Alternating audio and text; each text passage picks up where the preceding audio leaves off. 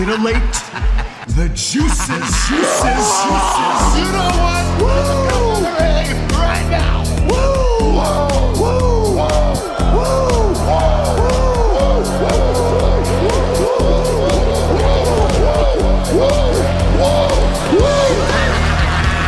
Dr. Hughes invites followers. Oh, let's see if they increase now. Me too. Yeah, wow.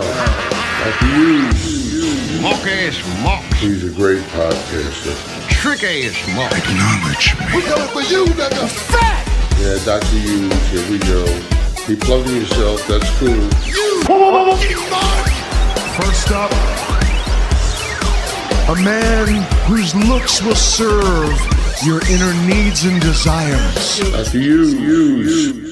Wow, Dr. Huge Show on a Sunday. See, we didn't skip this weekend. We may have missed yesterday's broadcast, but we're back. And we got the sleaze. We do. We got I'm the here. damage down there. Good evening. Hello. Mackerel. Three of us at the same time. We haven't done this in weeks, I don't think. I've been getting one of you at a time, which is fine. It kind of changes up the show and things a little bit, so that's cool.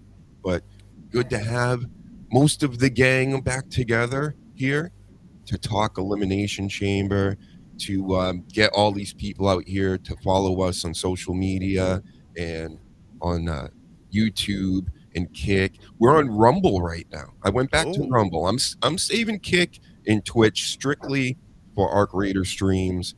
It's working. We're starting to get momentum there, but over here, now we're on White Nationalist Rumble. Danny, I know you like that. You like that? Like Kirk Cousins does from the Falcons? Anyway, yep. So much to bitch about, complain about with WWE, which I'm here for. I want to get your takes on a lot of this stuff. First things first, that crate, that stupid-ass crate they've been promoting on WWE, sending it to from Raw to SmackDown and over here and over. Nobody wants the crate, right? Well, now we know why. They probably assumed that this Danhausen was in it, which I may be wrong. I don't know much about him. I know about everything in wrestling, of course, because I'm an analyst and things. But Danhausen is, you know what? He's the old horror movie comedy host, right? Yeah. He's like a male version of Elvira. Oh, I was going to say Shitsy Blackheart for wrestling specifically, but yeah, Elvira works too. Yeah. It's that era. Fuck. There she is. God. Yep. They'll use him in a similar way that they used her for like Halloween Havoc and shit like that, and just hosting stuff. I think. Yep. Just in time for Halloween, right, Rock? I think The Rock basically got him in here. That was the rumor like months ago before this even went down, was that Danhausen was super over with The Rock and he got a kick out of it and he wanted him in WWE, and now he's here. So I blame you, The Rock. It's your fault. Well, digging deeper into it, I guess they were trying to get him around June, July last year. But of course, Tony Khan held him hostage, and he was trying to get out of extending the contract. I don't know how legally this is legal. He was trying to say, well, if you're not going to use me, just fucking let me go. And they said, nope, we're just going to hold on to you and let you sit home for over 400 days. So Shotzi agrees. So you can't bring Shotzi Blackheart up and not have her show up. That was her name, right? Sure. Was it Blackheart? Shotzi Botchheart? Something like that. Botchheart. Shitsy Blackheart, yeah.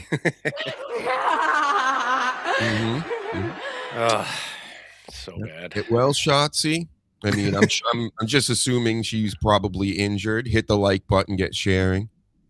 Yep. Anyway, so yeah, the crate. It's just another reason for me to go, I'm glad I'm not like buying into all this stuff and subscribing in perpetuity for life to WWE products and what they're showing us, because it's all very blah. It's corporate. It's what I say every week. This is just McDonald's. They're making the burgers smaller every year and they're jacking up the price for it. So I'm not playing that game. We don't do that here no mores, you know, because I watched. Go ahead, Danny. I was going to say it was a recycling of the gobbledygooker's giant egg. That's all I saw it as. So go on, man. And it's funny you said that, because people were like so pissed off that he came out of the box last night. Like, is it going to be a serious angle, you idiots? Like, they were like, well, it should have been Chris Jericho. Yeah, that's a great way to bring him back, in a fucking box that's been going from SmackDown to Raw for like a month. It was going to be goofy. It's true. Yep. When you say it like that, yeah. I mean, to have the expectations, people just want Jericho back, and there's so much news about it everywhere. Of course, I mean, I speculated on this, for clicks. I do everything for clicks these days and subscriptions. So, but it definitely wasn't that. It was, of course, going to be something like Danhausen. To do it at a PLE is just funny to me. You couldn't do this on Raw? Yeah, I didn't mind it. It was the PLE they did it. You know what I mean? You built it up so much, and then there's the box, and you got everybody excited, and then it's somebody, honestly, that half the people haven't even heard of. He's an industry guy that all the wrestlers came out and said, yeah, great, but nobody in the general public really knows who he is. So it was, yeah. He's only in our comic books and stuff now, Danny. Remember that? Like a few years ago, I think he was given like covers, or he wrote a comic or something like that. I remember just telling it out there, and I'm like, I can't. He's pals with Punk too, isn't he? So yeah. I think. Well, that's the thing, is they think that Tony Khan sat him because of Punk, like punishment for CM Punk. So just childish. Come on. Yep. And then he comes out in WWE Elimination Chamber last night to the booze.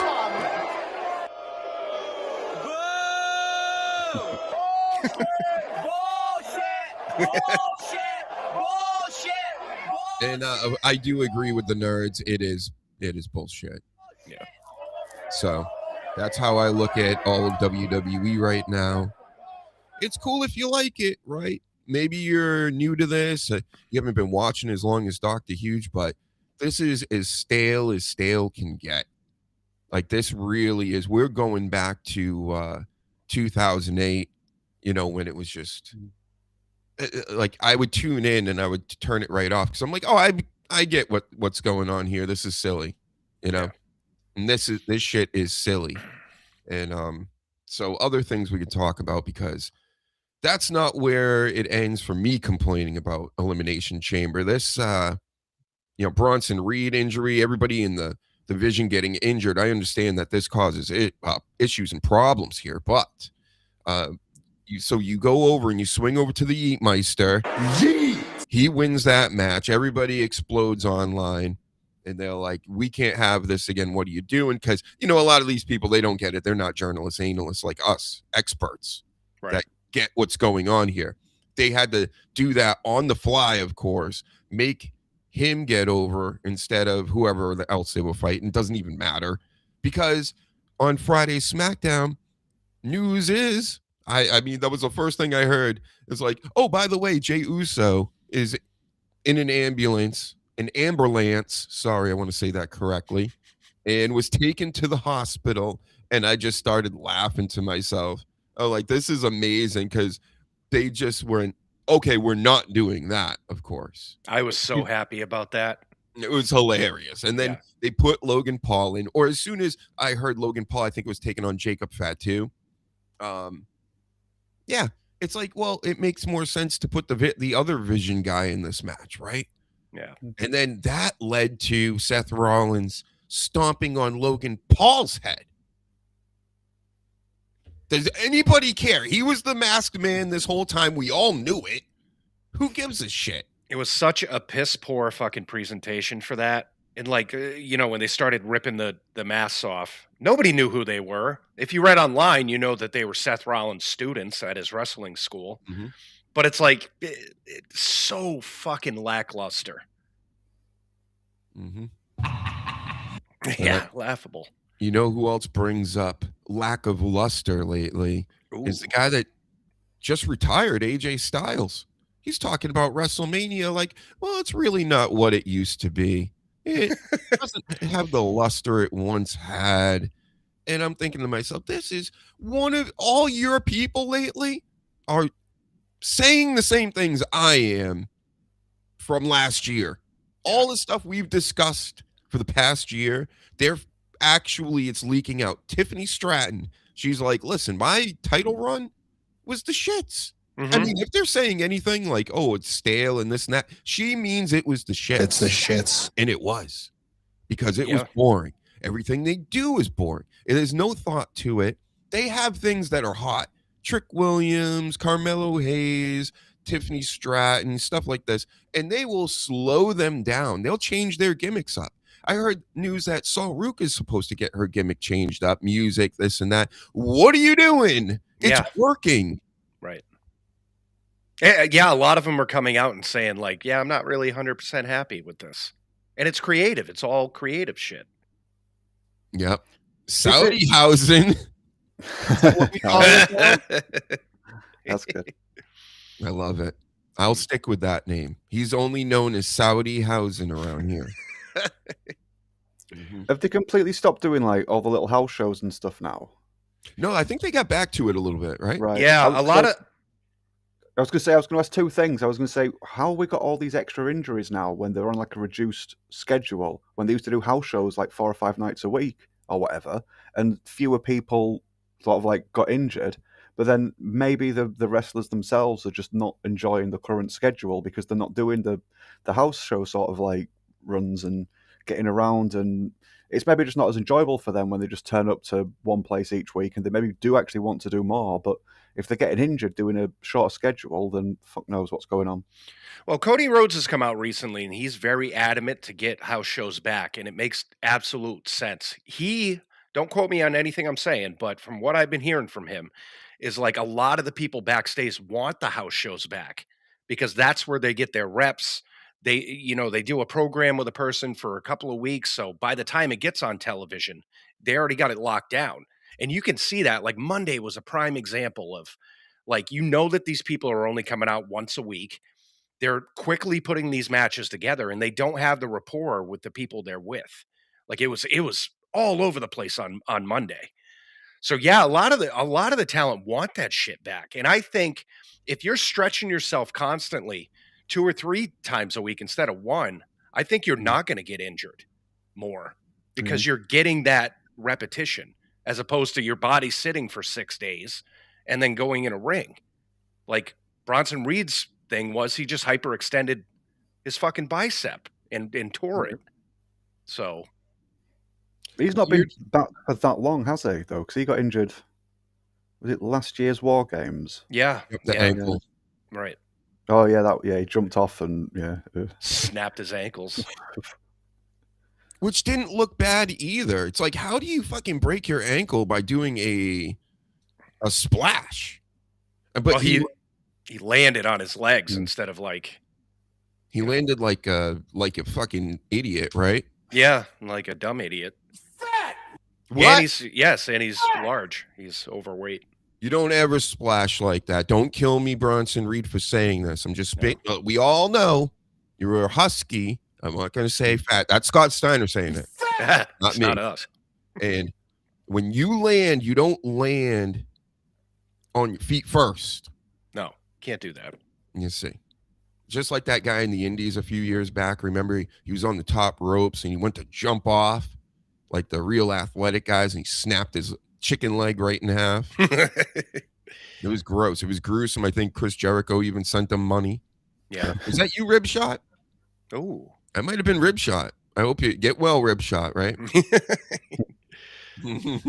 Saudi housing. Oh my God, that's good. That's what they should change WWE's name to. It's just Saudi housing. What do you think? No, you don't want that. Not yet. Not yet. They're not ready. Yeah. These kids, when we force it on them, sleaze, just like TKO and stuff, right? They'll take it. We'll force every week. Saudi housing right down your throats. Right. Gonna make T-shirts. They're gonna fly off the shelves. Here he is. So handsome. He's got the.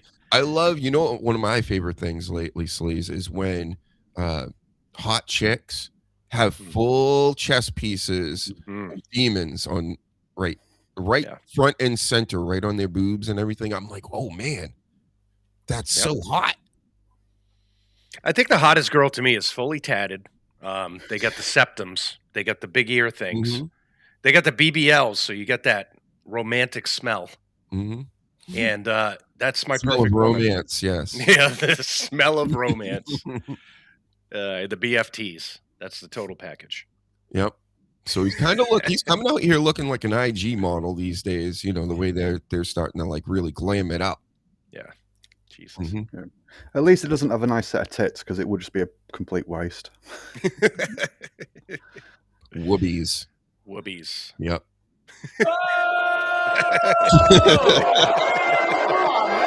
Come on, man. That's my favorite part of that clip. The guy in the background just go, come on, man. Come on, man.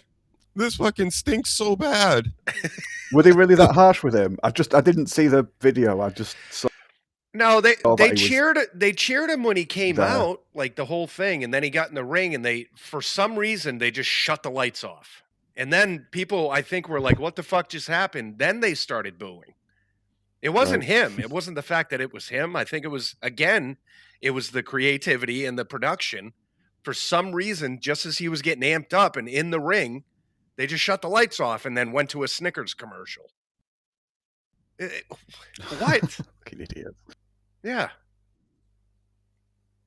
Sorry, I'm playing around with the studio. That's here. something. Make this look Yeah, great. that's something they'll get him to do. They'll just be like, "Yeah, have this product and fucking sell it." And he'll be kind of good at that with some things. Like he used to do these little these little skits that he filmed himself. I think probably during lockdown. They were entertaining. They weren't in a wrestling ring. They weren't taking up my time while I was trying to watch wrestling matches. So it wasn't that offensive. And he just put wrestling over, and it's like, all right, it's a quirky little gimmick, and he's quite witty in some of them. But as soon as he came into AEW and he was in the ring with stuff, it was like, no, this is just shit. Yeah, I don't, hate Saudi housing or anything. I'm not like this guy. Like, I can't stand the gimmick. I like goofy stuff, and wrestling should have these things in it. So it makes sense why they would want to pick somebody like him up. But then, I know it's all fun and games, putting curses on the crowd and having demons on your chest and things like that with the tongue out, and people don't get it. I love the art. Get it. Yeah, I love the R-Truth stuff. I even love the Mr. Iguana shit. I love the corny, funny stuff, the knee slapping, haha, gotcha, fucking comedy, and he has that. He's very quirky, very like, what the fuck is even going on? And I like it. Yep. Well, you know what that means, sleaze. That's right. We don't deal with that. If you disagree with Dr. Hughes, just like Stuttering John sometimes, and listen, some days I just can't deal with the disrespect of somebody disagreeing with my take, Danny. You understand? So disrespectful. Yes. I can't stand it. Rude.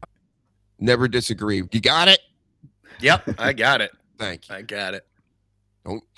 Is that subliminal? What? Is that you telling me to go? What? No, I'm adjusting my hat and stuff. All right, keep it up. Keep it up. Keep disagreeing. We'll see what happens with that. It's going to be an interesting show. Saudi housing for life at the Sleaze Complex. Compound. Right? You call it Sleaze Compound. Speaking of compound and people that kick everybody off their shows for disagreeing with them, we got to watch some clips, Danny. I told the Sleaze about this already. Yeah. I got some lined up. This is very special because Stuttering John, who I love, get ready for it, Rib Shot. I know you love him too. You better get liking and subscribing. He did a comedy show in New York. So all his fans showed up, right? They all showed up. Wink, wink. Like all 10 of them. Oh, dear. Nope, they packed out the place. We're going to start with... I love one of the titles says Woke Comedian Bombs Live. They call him Stuttering John Woke. I mean, he kind of is, but we're going to start off with this. Oh, boy. A little dirty Jersey clip, of course. These are these people in their phones. So they this is some of Stevie Lou, I think. Oh, there's a lot going on just in the title. Like, Jesus. There it is. Okay. Well, let's play it. I think maybe even Dirty Jersey Rat. Dirty Jersey. Yay! I love that song. New York City. That's Stevie Lou. Currently on my way to Rodney's. There's my leader, Kevin Brennan. There he is. He brings his noisemaker as a gag to interrupt during, stand-up comedy that's happening. Because that's it's hilarious, right? Yeah. Right. That's very polite.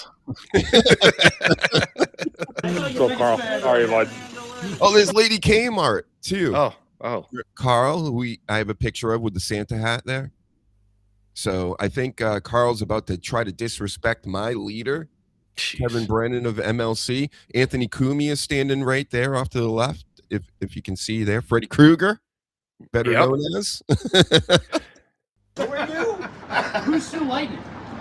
A transgender woman. Yes. Who are you? Who are you? Steve, you got a lighter? I thought you left New York, you racist piece of shit. Who are you? Those people aren't pedophiles. Who are you? I'm asking who you are. I am a person that recognizes a scumbag on the streets of New York. He slapped his head and his glasses came off. The guy that was heckling Cumia outside of Rodney's. That's what you're hearing right now. He slapped me and my glasses fell off. Yeah. And, you can hear him. You're a racist. You're a PDF file and things like that, which, I mean, in my book, I guess it's true, right? Yeah, it's got to be. So to a certain extent, I mean, the racist stuff is like, that's a slam dunk, but, the other stuff, whatever. If you want to know all that lore, look into it later. We're just watching the clip, so watch this. Why don't you take a walk, scumbag? Look at that. Yeah. Fuck your mother. You're lucky. Wow. Yeah, you're lucky. You don't fucking stop. Why would you stop me? I didn't do anything. Yeah, well, you're being a dick is what you're doing. So what? We're in New York, baby. Okay. All right, here we are. It's all right. Don't forget that. I thought it was a character. That's what happens in New York. You get hit in the face, cunt. This is what goes on. Your sidekick. You all right? Stop putting You all right? Hey, thanks for that, Kevin. Appreciate you. Right? No. You all right? I wouldn't have done anything unless he got denied the handshake, and I thought that was so funny. I'm like, I gotta go in on this. Wait, you need glasses? No, I'm. You got him. Stevie, this joint isn't gonna smoke itself. You got a lighter? You all right? Dude, you just had a. He keeps, you all right? You all right? You all right? You all right? That's Stevie Lou. He's like our leader's number one henchman, like his top mod, and he also is like 6'4" or whatever. He had his arm broken a year or so ago by a black gentleman in New York City that whacked him with nunchucks. Oh. Yeah. All right. So that's a whole nother story. He's in prison now, and it may have been because he did Ray DeVito's podcast and kind of fucked himself over legally with that business, doing a dabbleverse podcast. So, I mean, this is crazy stuff. So, the Cumia incident was before the show. It gets broken up. This guy says he's not going to press charges. He's a real man, this and that. He pressed charges, I think. He eventually found the cops. And at the end of the night, or whenever the show was over, Cumia was outside talking with the police and letting them know what was going on. But he did bloody him a little bit. I guess he slapped his lip and his whole head, even though we didn't get to see it because the cameraman at these events are always fucking terrible. It's the shit. It's like a Sasquatch video. Like, what are you looking at right now? It's like pointing at the ground most of the time. Yeah. It kind of is like a Sasquatch video with Stevie Lou right there, just like that. Like, holy mackerel, dude. Yeti, get out of the frame. And now here's the extra important part in this one video here, because now, again, my leader, our leader now at the Dr. Huge Show, Kevin Brennan of MLC, goes and starts heckling, stuttering John inside the club now. Going, hey, you ready? You ready to go? He's like, I got Stevie Lou with me. Let's go do something about this, right? Yeah. Like, let's go have a fist fight outside as 60-something-year-old men. Yeah. And that And then John, you know, he's an egomaniac. He's just full id. And he goes, yep, let's go. You know, because he can't look bad in front of his people at Rodney's. That's what the Rodney Dangerfield, if you didn't know. Special club. So anyway, let's watch the clip. Yeah, that's what he just said. Oh, the future. Simsalabim. He's saying Simsalabim like the Tonight Show, you know, Johnny Carson, because the Duke of the Future and his bits he's been doing, you know, John putting on the hat, basically doing that. So that's how KB's trolling him right now. Oh boy. Jesus Christ. Duke of the Future. Simsalabim. Keep you right here. You want some of this? You want some of this? You want to go out? Some of this? Yeah. Want a piece of this? Yeah. Go down. Go down. Man. Go down. He's shirtless. Oh, they're outside. Yeah, throw your punch, man. Nobody's throwing any punches at you. Come on, now. He just said Stevie's here. I said Stevie's here? Yeah, I'm here. Come on, let's go. Dude, come on. Come on, man. You know what you did, right? Come on, man. You know what you did. Come on, let's go, bro. Throw a punch. Why would I want to do that to you? So then fuck off. Oh God. Embarrassing, John. Come on. I'm not trying to fuck up your show. We're here. But there's no reason to go nuts like this, dude. Come on, man. You're not scaring nobody. It's not part Come on, of it. man. You know? Come on, man. This is stage. Alan, what's up? Hey, you want to go out? Is he? For real, kid? I'll do it, but isn't he your headliner? No. No fights, John. These guys are here to fucking... I'll do it, but isn't he your headliner? He's talking to the owner. Doesn't that whiny speech? You would think, just an irrational brain, which John doesn't have, you would think that if a bunch of these people came to heckle you and shit, just walk away. You know, you become the bigger person. You're the supposed superstar you think you are. But no, come on, man. Come on. He fucking follows them outside and shit. Like, come on. Or you give them shit back, like most comedians would do with hecklers. Right, smart comedian. Yeah, they have one-liners just already in their head because they've dealt with this shit before, because they're seasoned and they've been there before, they've done that, and they know shit to say. So he didn't have any of that. He was just, oh, right, let's fight, and that's it. He's like a fucking toddler. He's like a toddler. The go-to for most comics is the old, I don't come to your job and kick the dicks out of your mouth.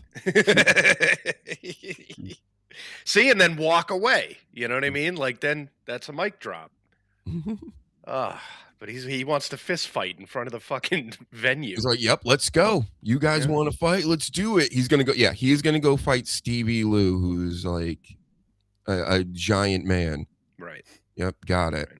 Sure. So let's see. I don't think there's any more. Come here, tape and everything. Come No, on. we're here to make sure we're having a good time, John. We helped you get in a nice crowd here. We helped you get a good crowd here, buddy. That ain't my fucking catchphrase. Fuck off is my catchphrase. He came over here and got all nasty for no reason. That's not real. It's not real.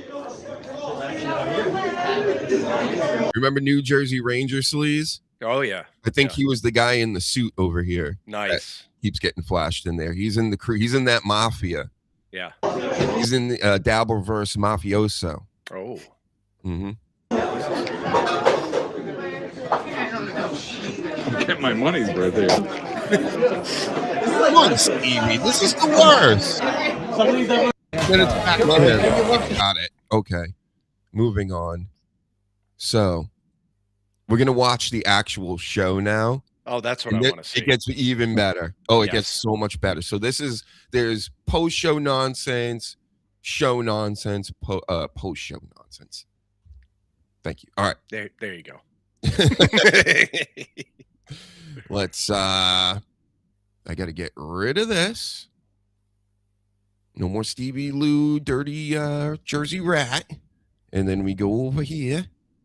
Over here. We're going to Woke Comedian Bombs Live. Woke Comedian. That's just amazing stuff. What a title. Okay, here we go. Come on, man. Turn it up. Come on, man. Come on, man. Oh, yeah. By the way, that reminds me of the Jim Cornette thing. You know, remember when Santino Morello there confronted him at a con? Yeah. And he just started getting real loud. When you start getting real loud like that, it's because you don't want a physical altercation. Right. You're trying to alert security. Like, I'm screaming, no, I'm a real tough guy. Here we go. You know, and it's like, no. You're screaming for help. Yeah. So, yeah. All right, here we go. So this Kumi is on stage, right? Which must have pissed him off. So Kumia, Brennan, all these like famous and pseudo-famous guys out here. A lot of people came to this event because it was in New York. So they managed to literally like pack this place. This place was pretty filled up. So this is hilarious. So he gets to MC it. I think that might be the owner or somebody that manages the club that's also on stage with him because he keeps grabbing for the mic like you shouldn't have it right now.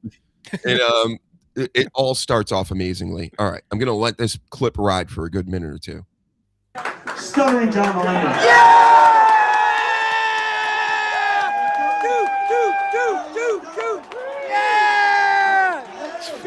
He's fucking loaded. Look at him. He doesn't even know where the fuck he is.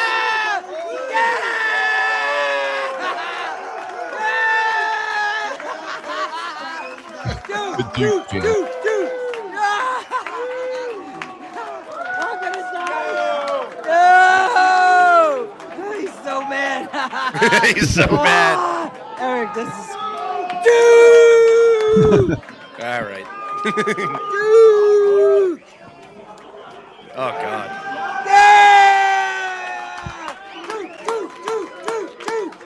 And the whole time John thinks it's because of his talent. No shit, I wish I was here. Yeah. Last night I'm like, I wish this like club was like in my city or just even close. I would so be going to this. What's funny is look at John's demeanor. He's acting like he's a god. You know what I mean? And like everyone that's cheering and shit, because they're waiting for him to get shit on. Yeah. That's the greatness about the dabbleverse and just the psychology of it all. It's like, so what is it? But at the same time, what is he supposed to do? Accept the hate? So, but he's now going full delusion and he's I'm the best. What I did here, which is, I guess you could say it's bombing. I'm going to actually take John's side on this and you'll hear my thesis afterwards on this whole performance. But let's just hear what happens. So we know that there's a bunch of Kumia people here. The Carl's there. They all do shows goofing on him. Brennan, many of his enemies, you know, in the Dabbleverse, top enemies are here. Pinky, Lady K, and the ghoul. What do they call him? Pock-faced scarred ghoul nowadays. I don't know, so many names. But here you go. So what you're saying is it's in his best interest to put on the best fucking show he could ever do and just say to all of his haters, look, I had a room full of people and they all actually loved what I did. So I'm sure he's going to satisfy those demands. I'll tell you, this is what they wanted him to do, right? Right. This is what they want. They're like, prove it. You go and you prove that you're a real stand-up comedian to us. Right. All right. So here he's going to prove it right now. Oh, God.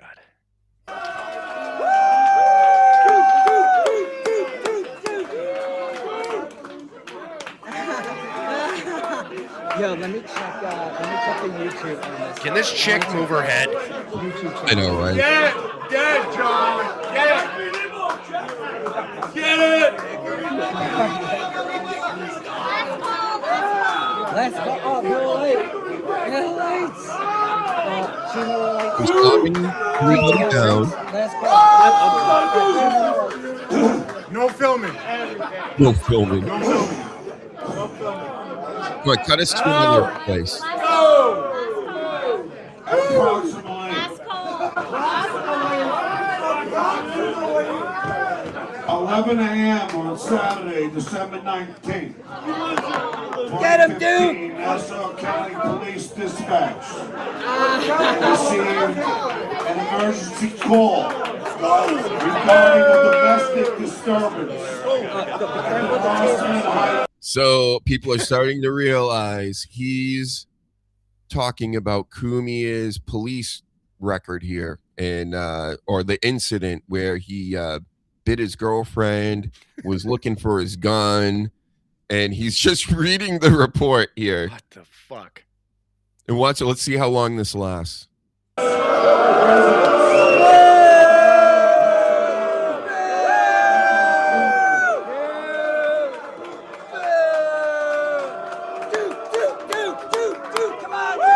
Look at him scanning the room. Fucking asshole. Come on, dude. The big smiles. Squeegee! Squeegee! I think that's BTL. Squeegee! Squeegee! Squeegee! Squeegee! Squeegee! Squeegee! That's referring to the squeegee joke where he says he nuts on his stomach and then uses his underwear to squeegee it down into his pubes. Oh, God damn it. Before bed. No. Oh, I did not know that one. That's Me why neither. I need to know that one, but there it is. they want his big closing joke at the top, the squeegee joke. Yeah. Mm-hmm.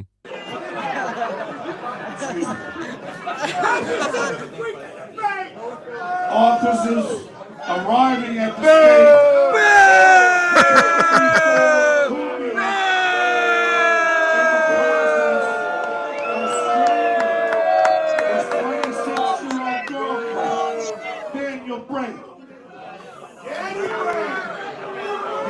The investigation detailed the brutal sequence of events during a heated verbal argument.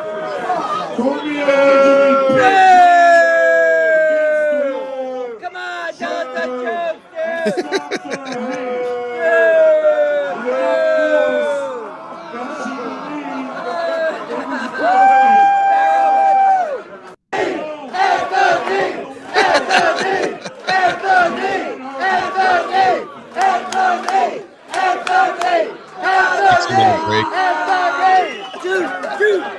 truth, Come on, dude, tell us the truth. Oh my God! You have to tell me how you. Oh my God! I'm dying. An acute chest pain. So he gets back into it. In a live stream Periscope video captured in the immediate aftermath, she displayed visible bruises and claimed her hand had been This is a comedy show. So he shows off the paper. Come on, dude! Ahead. alcohol played in the incident, stating alcohol, and I had a very long. This crowd is better than Chicago for the Yeah. It really is. Most WWE fucking TV shows, yeah. Jesus. Very successful relationship until it wasn't.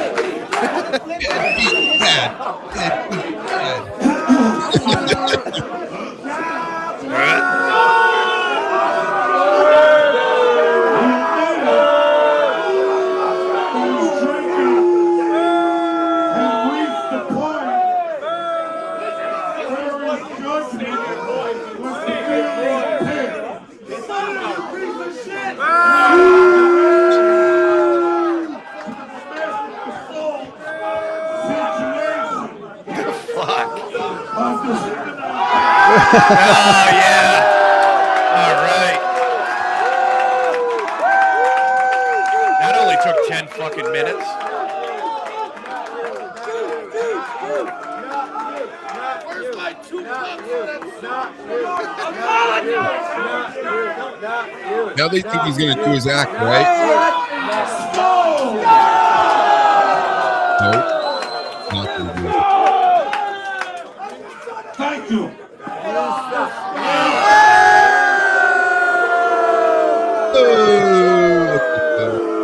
That was Wow. that was some amazing stuff. Holy And shit. then That was rough. we got a little bit of the fallout. Yeah. Some people don't get it. I get it. Ribshot doesn't like this. He can't watch. He's not going to watch it. So don't fucking watch it. I don't know what to tell you. No. Oh, well. I'll have 3 YouTube viewers instead of 4. Oh, no. Okay. So I haven't heard anything about this. This is Stalin 19 clip, of course. He's going to have his friend Ava and Kiki eventually. It looks like this is a long-ass clip, though. But this is after that night. Of course, I told you afterwards, Kumio was talking to the cops and all this. So John's going to tell everybody why he didn't bomb, why he didn't run away, all this stuff right here. Right. So his intention was just to stand there and read off those sheets for the entire set of 10 minutes. That's what it seems like. I don't think he was going to to be a do professional that. fucking stand-up, and yeah. I don't think he was going to do that if it wasn't so packed. If he didn't know that people were going to go and fuck with him, basically. Yeah. Like, he did another show somewhere where some people were there and messing with him, but he did his act, did he do whatever. But this one seemed to be like it was talked about for weeks before. And everybody's like, yep, I'm going and I'm going to mess with it. And so I think he had already figured out, I got to do, I'm not just going to give them what they want and do my act. And then everybody can go, oh, what a shit act and blah, blah, blah. Right. But he just proved them all right. You know what I mean? There will have been some people there, maybe not many, but actually wanted to see him, genuinely wanted to see his show and see him perform, who are proper legit fans of his. And he just completely fucking ignored them just to air some dirty laundry that he was going to read off of paper and then use the paper as a shield when it started to go shit. He just hid behind it. Yeah. It's just, so yeah, like you just said, he proved them all right and just showed that he couldn't fucking do it. Because most other comics they'd know a way to just either silence the room or work it back towards them, and he did bomb there. They didn't give him much of a chance when they were all shouting and bawling, but he didn't make it any better. The more I hear of all these dabble people talking, like Bob Levy, Pat Dixon, are going to question what I did. First of all, Bob, you're not a real comic. I hope Are you kidding me? You don't have. That's your boy, Sleeve. That's my boy. He says he's not a real comic. He is, though. Yeah. Okay. Yeah. He proved it. We just witnessed. Headline real comedy clubs. You perform at firehouses. Let's fact check. Pat Dixon, you haven't performed in years. He couldn't say. Hold on a second. And you're broke. So he couldn't say any of this during his set, directly to their faces, right? They were all there. Bob was there. Right. He couldn't have the balls to do that. He hid, like Danny said, he hid behind a piece of paper and then did a 10-minute bullshit set and then pussyfooted out of there. Okay. I just want to make that. Love all these people who think that they know what I should have done. Hold on, let me just invite. You should have been my a man. Friends. But it's amazing to me. Should have done something funny. Right. Oh, no. I mean, to come up with stuff, like a lot of people out here, they're like, I'm not coming up with stuff. I'm just going to continue to do the same old bit over and over and over, which is, in his world, complain about the people that talk about him. Right. I mean, woof, look at that line. Straight down. It's like... It's like an old axe wound. Yeah. Some, pre-human type shit. Is acting like he's the elder statesman of comedy. And I think he's fucked right here, too. Like, you hear the voice. He's really, he's probably, 8 beers deep. Yeah. And he kept wiping last night, and I was kind of shocked. I saw he was on at, midnight. And I went, wait a second. He's live at midnight on the road or wherever he is. I'm thinking he's probably doing the booger sugar as well. Hell yeah. All that wiping. And then he goes live. He's like, you know what I need to do? I need to go live and tell everybody how awesome I did. Yeah. Yeah. This is a guy that ate blue cheese dressing out of a girl's ass as his closer. What's wrong with that? Oh, he almost gave you one, Sleaze. They knew to put the ad there. Fuck this. We're not watching this one anymore. I'm with Ribshot now, but he's long gone. I did this for you, Ribshot. Yeah. See? All right. Anyway. So we don't have to listen to Kiki? No, we're not going to listen. No. Sweet. Thank you. No baby talk today. Yeah. You're welcome. But I do have a bunch of other wrestling news, some interesting items like this. When I first heard of this girl, Caitlyn, I'm like, who's Caitlyn?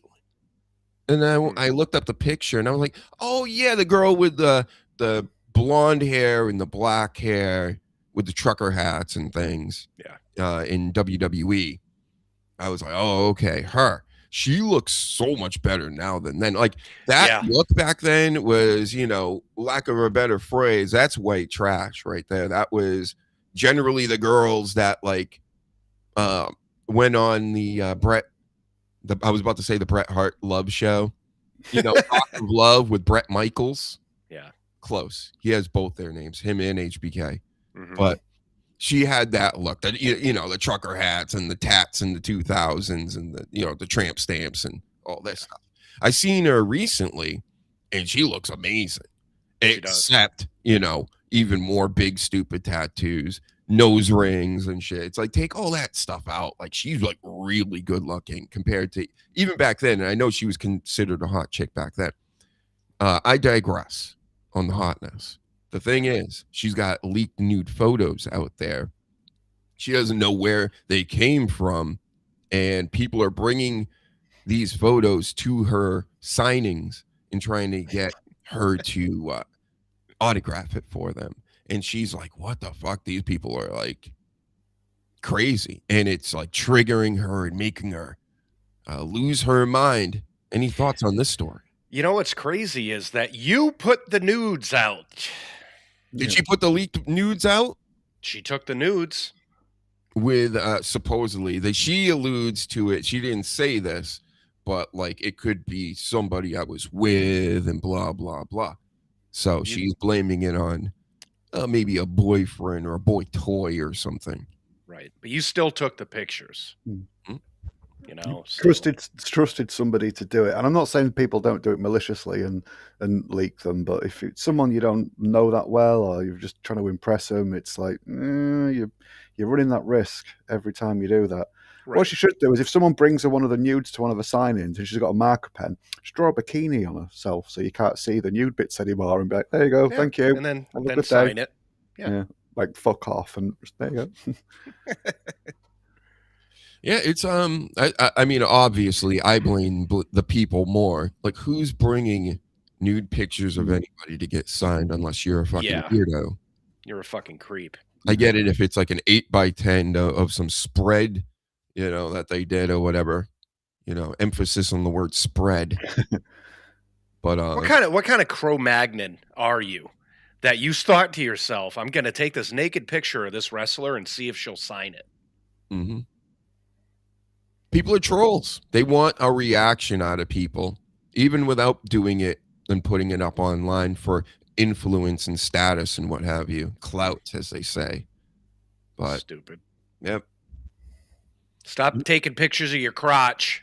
Yeah, thinking that nobody's going to fucking put it out there. Yep. Well, they all come out lately and they're like, well, take all my stuff off the internet. Okay. Like, good luck with that. Yeah, it's still going to be on the internet. Yeah, go pay a company like a bunch of money to try to do that, and it might work to a certain extent, but yeah, all that stuff it's out there. Well, you're saying she's blaming like an ex-boyfriend or something like that. It's as easy as somebody in like India or some other country that's hacking into your phone that says, "Oh, look at this! I'm going to throw this online." Mm-hmm. So it's don't think you're safe if you're not physically yourself putting that shit out there. With everybody hacking into everything and all that shit. I mean, just don't take the pictures. That shit's going to get so stupid. I mean, everything's stupid now, and I may bring up the world events later on because, I mean, how can you ignore all this stuff? Yeah. It's tough, man. But anyway, Punk, have you heard? Have you seen CM Punk? he actually praised Seth Rollins on one of these stupid shows. All these shows and podcasts out here that are not the Dr. Huge Show, for the most part, unless you're friends with us, then your show's great, right? But all these other ones, they're really like boring. And I get that they got that polish on it, but they fucking stink. I don't know how you guys are listening to it. Even if you got some of your favorite people and you want to hear from them, the questions they ask, nobody cares about these questions. That's why people used to like Howard Stern for interviews, because he would ask the hard questions like, are you into anal and things? Right. What we really want to know. I don't want to know what your favorite color is and what you eat before you wrestle. I don't care. Mm-hmm. Even the news that we even speak about and that come from a lot of these shows where it's like the big news is, well, I thought my character was stale. That's your like big get and big funny and big entertaining moment of the show. That's not entertaining. That's just fucking fodder. Promotion. Yeah. You know? Yeah. Silliness. Silly. It's just silliness. Silly Billies out here. So, okay, CM Punk. Yep. You're on Unreal now. You get it. You're doing it. You're popping the crowd, Mick Foley style with the thumbs up, and you're best friends with Seth Rollins, and AJ Lee and Becky Lynch are good friends now too. Everybody's cool. Nobody has anything to worry about. We're doing business, and we don't even have to fool anybody anymore. It's just, here you go. It's fake. A lot of them have come out and said, yeah, I'm really not into Unreal, and it does this and blah, blah, blah. And then you see them on Unreal, and then you hear them on a podcast that are giving up the kayfabe shit. So it's like, stop being hypocrites. Another one that spoke about it this week was Orton. He's on another bullshit, stupid show. And then he's like, I thought it was weird. It felt funny that I was like doing these things and, basically exposing the business. He's like, when I didn't know how, it just felt weird to me to do it. And he's like, but I get it. They all say that, but I get it. It's kayfabe's dead. Yada, the whole fucking kayfabe's dead prayer that everybody does when you try to like be interested in like it having some reality to it. We get it. We know. We all know. And you've beaten a dead horse with this thing.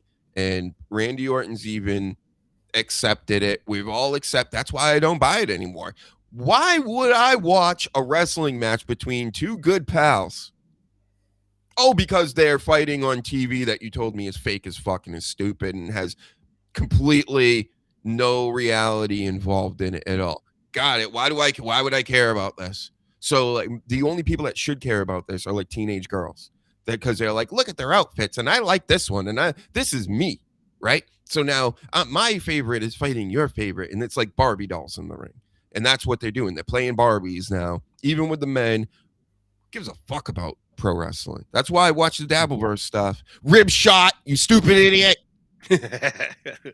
But like I've said, fucking to the point of boredom for some people, if they would stand more chance of like getting you caught up in that escapism, even if you knew they were two best friends fighting, if they didn't stop every 3 minutes to fucking advertise something or several things in a row, like Triple H and Shawn Michaels, we all knew they were great friends and they used to make each other bloody laugh all the time on camera.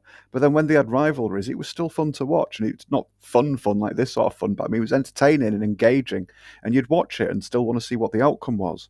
Whereas this is just like, it just takes you away too many times, and it's fucking awful.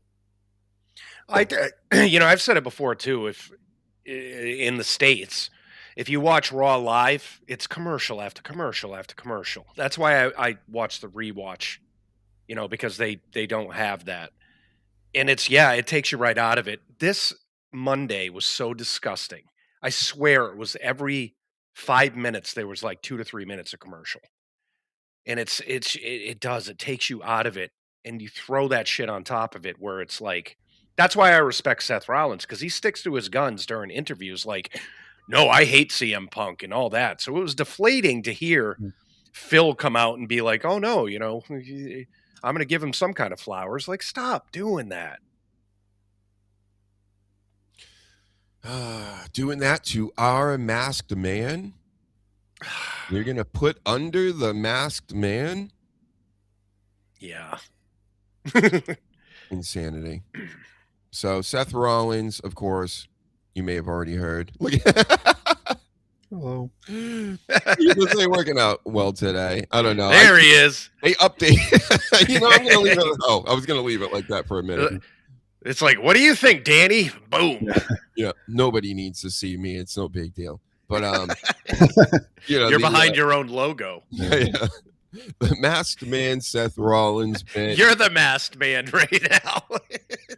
Fuck it. This thing, it's just so bad. Like, is there anything more creatively devoid out of a second masked man? Maybe like a third or fourth in the past like 5 years or whatever. But I'm saying just recently, it's like the second time in like a couple months or whatever that you got a masked man out here. And it all revolves around the same faction. They're all hurt. This sucks. This shows you how corporate WWE is, because they're not gonna like really pivot anymore. No, it's just recycled. This has been seen a million times. They've even done the gag where it's like, oh yeah, we got him now, and we took the mask off, and it's I don't know who the fuck this is. It's a referee or somebody backstage, and then the real guy comes out. We've seen this shit. Just not a surprise. No, nobody cares. Everybody will forget about it. They've probably already forgotten about it. The daytime of Sunday with all the fallout and the highlight watching and all this. Yeah. And now everybody's like, yep. I'm watching it last night, and I could even I knew what was happening. And maybe it's because I've been doing this for 40 fucking years, watching these products, WCW, ECW, all these Ws. I've been watching it. And when the first one came out, I'm like, that's a decoy again. And then when the Seth one came out, I'm like, holy shit, that's probably who they're going to do. And it's probably going to be Seth Rollins. And guess what happened? Like, so predictable. Well, one thing that wasn't totally predictable was Cody Rhodes losing, even though it came down to him and Randy Orton at the end.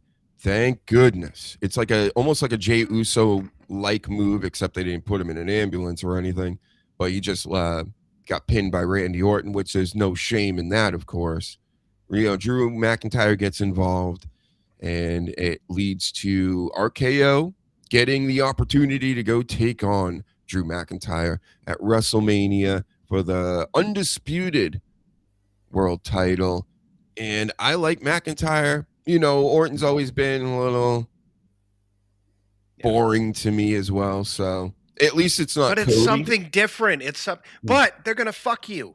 They're gonna fuck you bad, because next week on SmackDown, it's Cody Rhodes versus Drew McIntyre for the belt, and I guarantee you they're gonna put the belt on Cody, and it's gonna be Cody and Orton.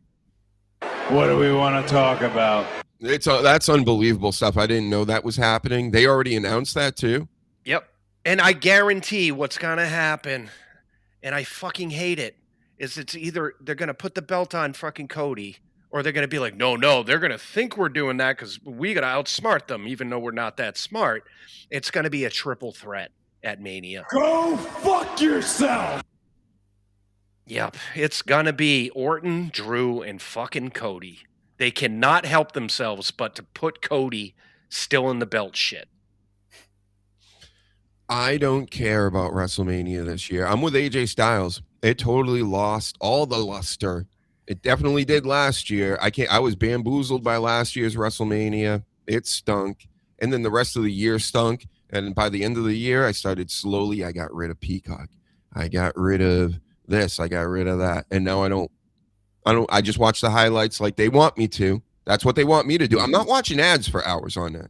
So WrestleMania is going to come up for a couple days. You expect me to pay for watching ads and knowing what's going to happen and barely being surprised by anything? What's going to be your big surprise? Chris Jericho at WrestleMania? Yeah. Sure, that's a little exciting. But, that's way too little, way too late is an old Chris Jericho, right? That we haven't heard from in months and months. Maybe he's going to look good. Maybe you're not going to do it at all. Maybe you'll wait until after WrestleMania to do it because you're just like, fuck everybody. You're not going to buy the tickets. How about we just black everything out too in the area? Fuck it. Not like Las Vegas, it costs an arm and a leg for a water. So, but they're starting to feel that though, because if you're blacking out businesses around the venue, that means your ticket sales aren't that great. And that's been the big thing right now online, is that their tickets aren't moving. They're just abusing. They're abusing Jess. Yeah. They're abusing our Jess over here. Yeah, And she may not care because she's super rich. She's like Scrooge McDuck rich or whatever. But, you can't. From last year's shitty WrestleMania, you're going to like double the price or whatever. In this WrestleMania, you're just going to up it like so much in an already, like I said, town that's like, that you had it in last year that costs a fortune to do anything. That you took out of New Orleans. Let's not forget about that. Why did they take it out of New Orleans? I don't even remember. Because Vegas offered them more money. That was it? Pretty much. Oh my God. There was no other excuse to that. And it was a last-minute deal. It was a bidding war. And Vegas just swooped in and said, we'll pay, whatever, couple of million more than having it in New Orleans, which you totally fuck the fans down there and piss them off. And then they get it in Vegas. The tickets aren't going well. They have a surprise like sale or whatever where everything was like discounted or half off or whatever the fuck, and the tickets still didn't move. So the taste is bad. Well, you can't keep doing this, Triple H. Yeah. You just can't keep on getting away with this. And I know it's not him, of course. I do this as a goof. Like, we blame Triple H for everything. Triple H is the Vince McMahon now, right? So that's what I'm going with. It's easier than naming names over and over and over again. But, the TKO thing is just this product that they're giving us. Woo, it's terrible. They've added Slim Jim stickers to everything. They're advertising everywhere. There's multiple and more advertisements. I get it. But they're extracting so much money out of everybody, and they're going to continue to. They literally say on all the business channels and things like, we're going to continue to do this as long as they keep paying this. We're going to keep taking their money. So the only way you can you got to be like Dr. Huge and stop paying for this. If you really like wrestling, I know that seems counterintuitive. It ain't. It actually makes sense. Stop giving them money, then they'll get better. Or even better, how about this? Give money to AEW. As much as everybody here hates AEW, I don't really care. Give them money. Don't do that. No, don't do that. Find like an animal shelter or something. Okay, an animal shelter. But force WWE to get better is what I'm saying. The only way you can force them to do anything is by hurting their bottom line and not paying for, $5,000, $20,000 tickets to do what? To do this for a half hour? G.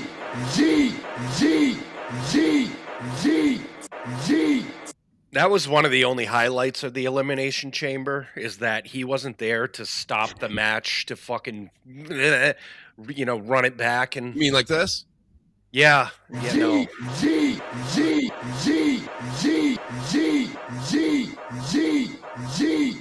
Yeah, that's what I was talking about.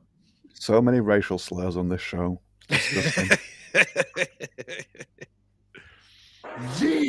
Oh God damn it! It's a J. Nope, it's a Y.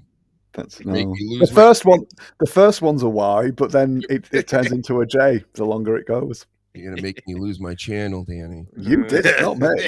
I'm not pressing the buttons. Let my hands your here. fault. Let's try to throw you under the bus, Danny. You're spamming the shit out of that button, not me. Don't make me call the authorities and tell them that you wrote a post online about anything. Right. I'll tell them. I'll say he uses social media and they'll go, we're on it. Woo woo! And they come with their little hats. They have over there in their silly clubs, as Ice Cube calls them. With a silly club, and then they start beating Danny in the front, and I'll laugh watching on stream. Last time you mess with Dr. Huge, try to get me to lose my channel for eating G with a Y. Yeah. I know here's some big news. This is going to excite everybody. Nia Jax and Lash Legend won the women's. I tried to do that without laughing, and I couldn't do it. Oh my god! Go ahead. I was about that. I like those two. Mm-hmm. So. Yep, and it also, again, it just makes everything super obvious. So then Rhea, loses the tag titles with her Rio thing. They sold their merch for the past couple of months. They got over on the marks with that. Now they don't have the titles, and she's moving on now because WrestleMania is right here. She won the Elimination Chamber. I mean, there's really nothing to talk about with the match except Tiffany Stratton and one of my favorites. We love Tiffany Stratton too. Then Kiana James, of course. Well, we had two mistakes during that match. What were the mistakes? It was nipples flying out. Kiana James, and Raquel fucking Rodriguez, both of them.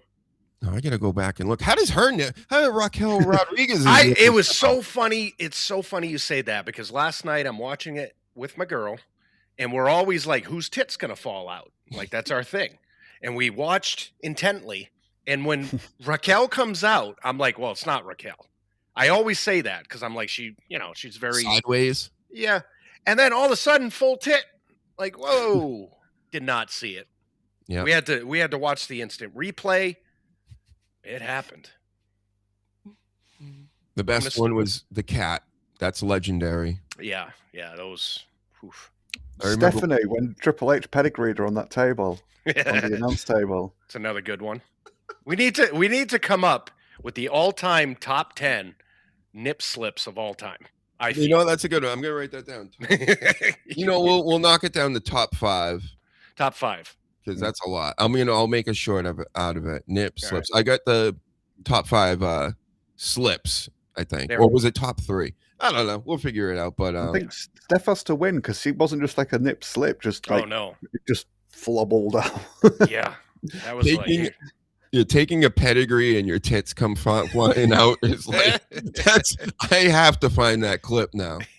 I'll blur it out, of course, for all our PG listeners and viewers. But it was just fortunate for her that she was doing a face first bump onto a table, so she didn't. If she'd have been on her back and just then we could only hope. But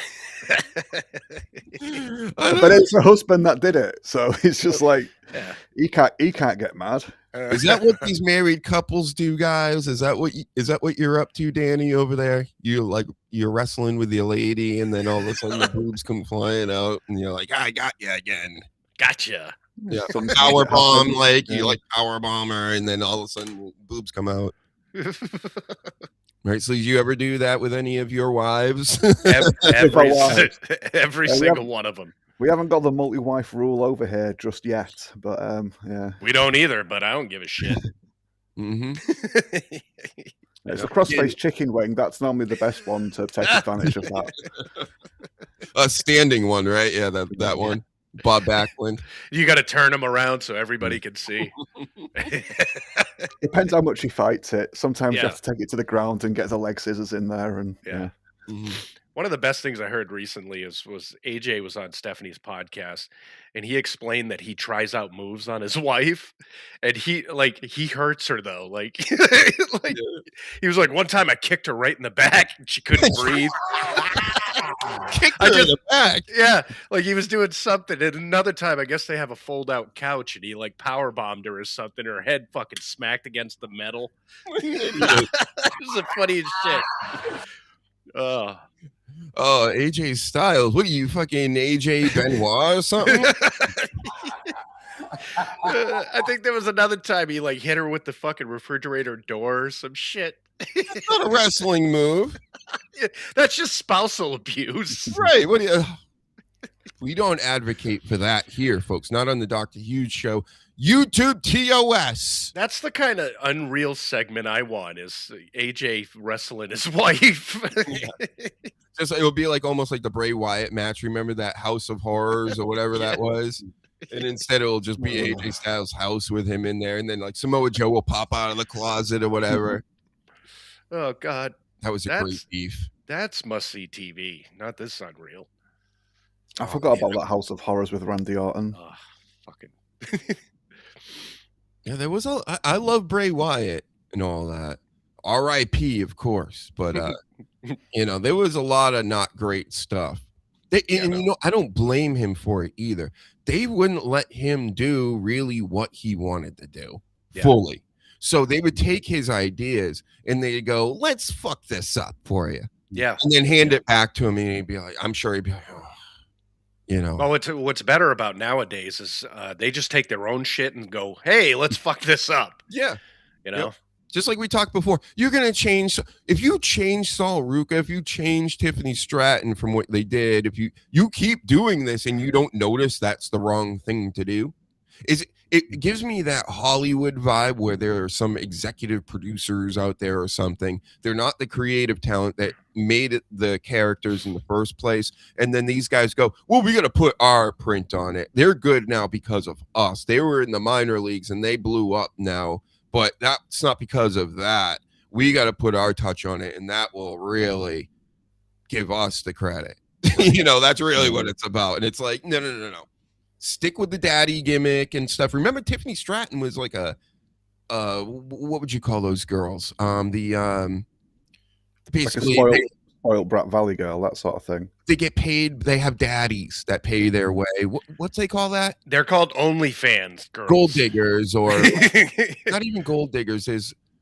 They have this show 90 Day Fiance over here. It's very popular with many people, and I've heard of it in passing. But there's a lot of like foreign ladies or even American women that like have just sugar daddies. There's sugar babies. She was a sugar baby. Yeah. In NXT, that was the first gimmick, kind of morphed into this. This ain't fun. This isn't a character.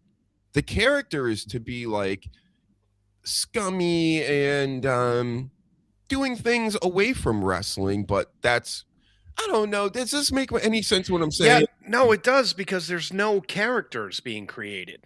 It's all about like the entrance now and the fucking, oh, look what she's wearing as an attire tonight, and the music, and it's everything besides like a physical character. There's no soul. No. Yeah, exactly. Look what they did with LA Knight. He was fine. There was nothing wrong with him. And then he made him the fucking male model agency thing. And it's just like, for what purpose? Just because, like Doc just said, like someone just stepped forward and like, hang on, I can do this better. And it's like, no, fuck you. He knows his character. He's done really well with it. All right, he changed his name from Eli Drake to LA Knight. But it's pretty much the same thing. And then it's like, oh no, but we think he'll fit better as a fucking male model manager or something. And it's just like, what fucking shit is this? And then they ended up going back on it, thankfully, in this case. But they don't always do it. Right. They'll just leave people to perish. I think if Tiffany Stratton was left to her devices or had some input, she gets it. I think she really understands the business. So she'll come in. She could be I'm telling you, this is big, high praise from Dr. Huge. She could be the Rock for the females. She got the look. She's got the in-ring ability, and she's hilarious. If you let her be funny, she can actually, and it's not funny in the same way guys are funny or whatever. But it is in the way that she can just make that character, the way she screeches and talks shit and everything. It's hilarious. This song, her old song, it sounded like a Barbie movie or whatever. Like they got rid of that song. I used to laugh just when that song would hit, because it was over the top, like hilarious. Yeah. It's confusing as to like who and how and why they let certain people like do their own thing. Like Chelsea Green is a prime example. Like she came up with the whole, she's whatever she is and the Patriots and all that stuff. And it's been working great and the crowd loves it. But then like, you go with a Tiffany Stratton, they're like, no, your ideas aren't as good as ours. When she could create something like a Chelsea Green with her own ideas, because she's that talented and smart. It's weird. It's this whole business in WWE is so bizarre. I'd love to just be in a boardroom and be like, what is the thought process here? Why are you letting one person go with their shit and not another when that person's capable of doing it just as good, if not better? They're justifying the jobs as writers. Yeah. The talent know what they know best to a degree, because they know what they can produce. They know what they can deliver. Whereas the writers will write something and they'll have an idea in their head, but they don't always necessarily know if the talent can perform and do that. Right. Whereas when you're just coming up with your own stuff, you know what you can do. Yeah, sometimes people maybe don't have the charisma that excuse me, that management want, and they maybe do need a bit of a hand writing promos, but they still know, oh yeah, I'm not going to be able to do anything like that. Let's just keep it like this because it's worked before. And when you don't have that sort of option and it's just writers handing you fucking scripts or whatever, it's like, the fuck do you know? You've never done this. They need more people like the Stone Colds and the people like that take the script and go, yeah, I'm good. Yeah. And throw it out. And that's not happening. Where it's frustrating to the point where a lot of the older wrestlers are coming out and being like, you know, this new talent, they're not watching films, they're not sticking around, you know, for the end of the show, and they're not doing this and they're not doing that. And that's super fucking aggravating because they should be learning like that. I totally just lost my train of thought right now. It's all right. What you're saying, Stone Cold, it makes sense because, yeah, nothing's going to happen like that, but that's also the reason Karrion Kross isn't there anymore. Right. And that's why, like, Paul Heyman was calling him in the middle of one of his interviews the other day. He's still keeping in contact with him because I expect him to come back. And, of course, it won't work because it's like trying to get into politics at this point and make them work correctly, right? And that you don't go into politics and change it. It changes you, right? Yeah. That's what you're doing when you go into TKO's version of WWE. Oh, you think you're going to get over? It's going to be bullshit. And then you're going to end up being like Sami Zayn, Cody Rhodes, you know, name any wrestler really these days. But yeah, Paul Heyman said he's Stone Cold. Karrion Kross. And it's like he could easily be the next Stone Cold, but there would be so many barriers and hurdles to cross there that it would never work. It's like Vince back in the day, to a certain extent, with certain talent, he would trust you. You know what I mean? Like he said to Stone Cold, like, all right, do you have any ideas? And he said, well, you know, I'm looking to not be the ringmaster. I was thinking about this. And Vince said, go with it.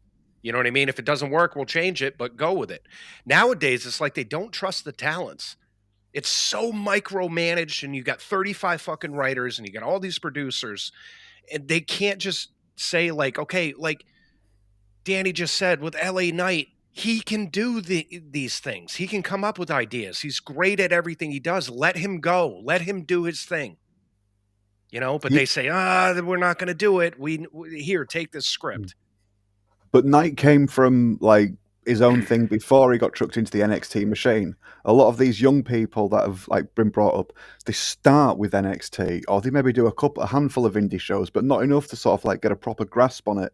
Right. So then once you get thrown into the NXT machine, you're then just conditioned to work that way and to rely on everybody else to come and give you your shit for a lot of the cases. And it's just everyone comes off very similar and they don't get to be themselves. And like you say, there's no one has like that chance to sort of like be themselves and get trust from the management because they don't ever expect that because they're just there. It's a job and they're just following orders. Yeah. But it's like an assembly line at this point. That's why you're not getting these people that are going to replace all these people that are fucking retiring now. That's the scary part right now, is that it's so cookie cutter and it's so scripted and all that stuff. You're not seeing the genuine talent show their talent, like Randy Orton and CM Punk and Seth Rollins, because they're all just going through the fucking machine. And Heel Easy says, is all the Vince coming back talk just rumors? Oh, God. Yeah. So sick of hearing this shit. I mean, pretty much. I mean, the guy's in his 80s. He's crashing cars. Yeah. He's going through lawsuits still. The Janelle Grant stuff, we haven't talked since that press conference she had, Sleaze. Did you see any of that? Yeah, she's a fucking joke. Nobody's buying it. No. Nobody I know, anyway.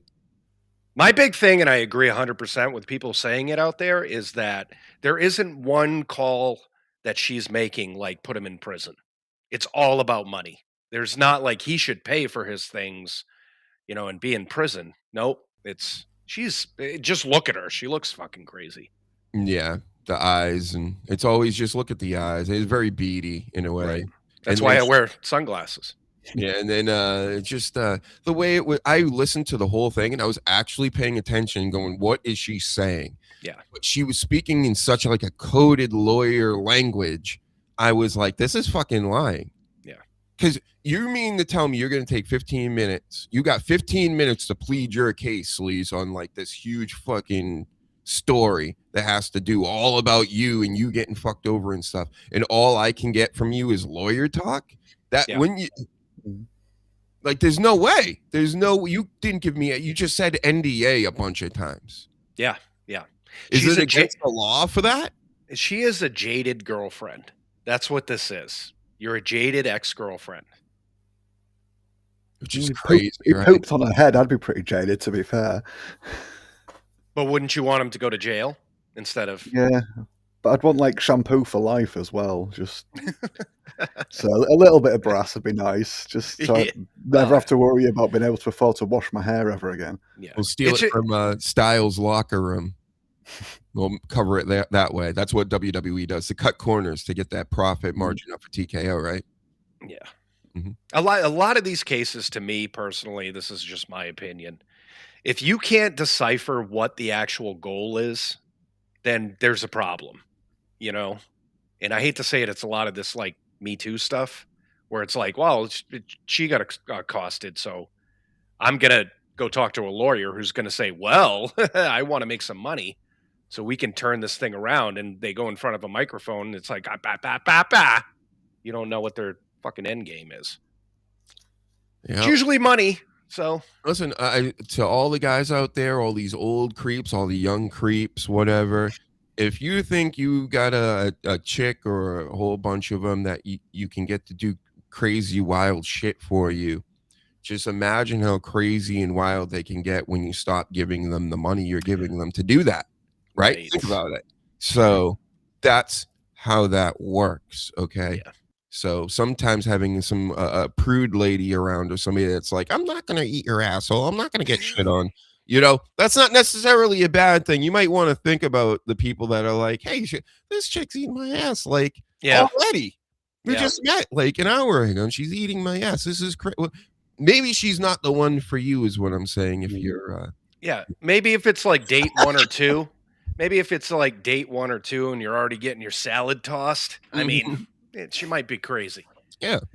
There's quite often a correlation to how crazy in bed a lady is to how crazy in the head a lady is. Right. It's not 100% of the time, but it doesn't miss very often. Nope.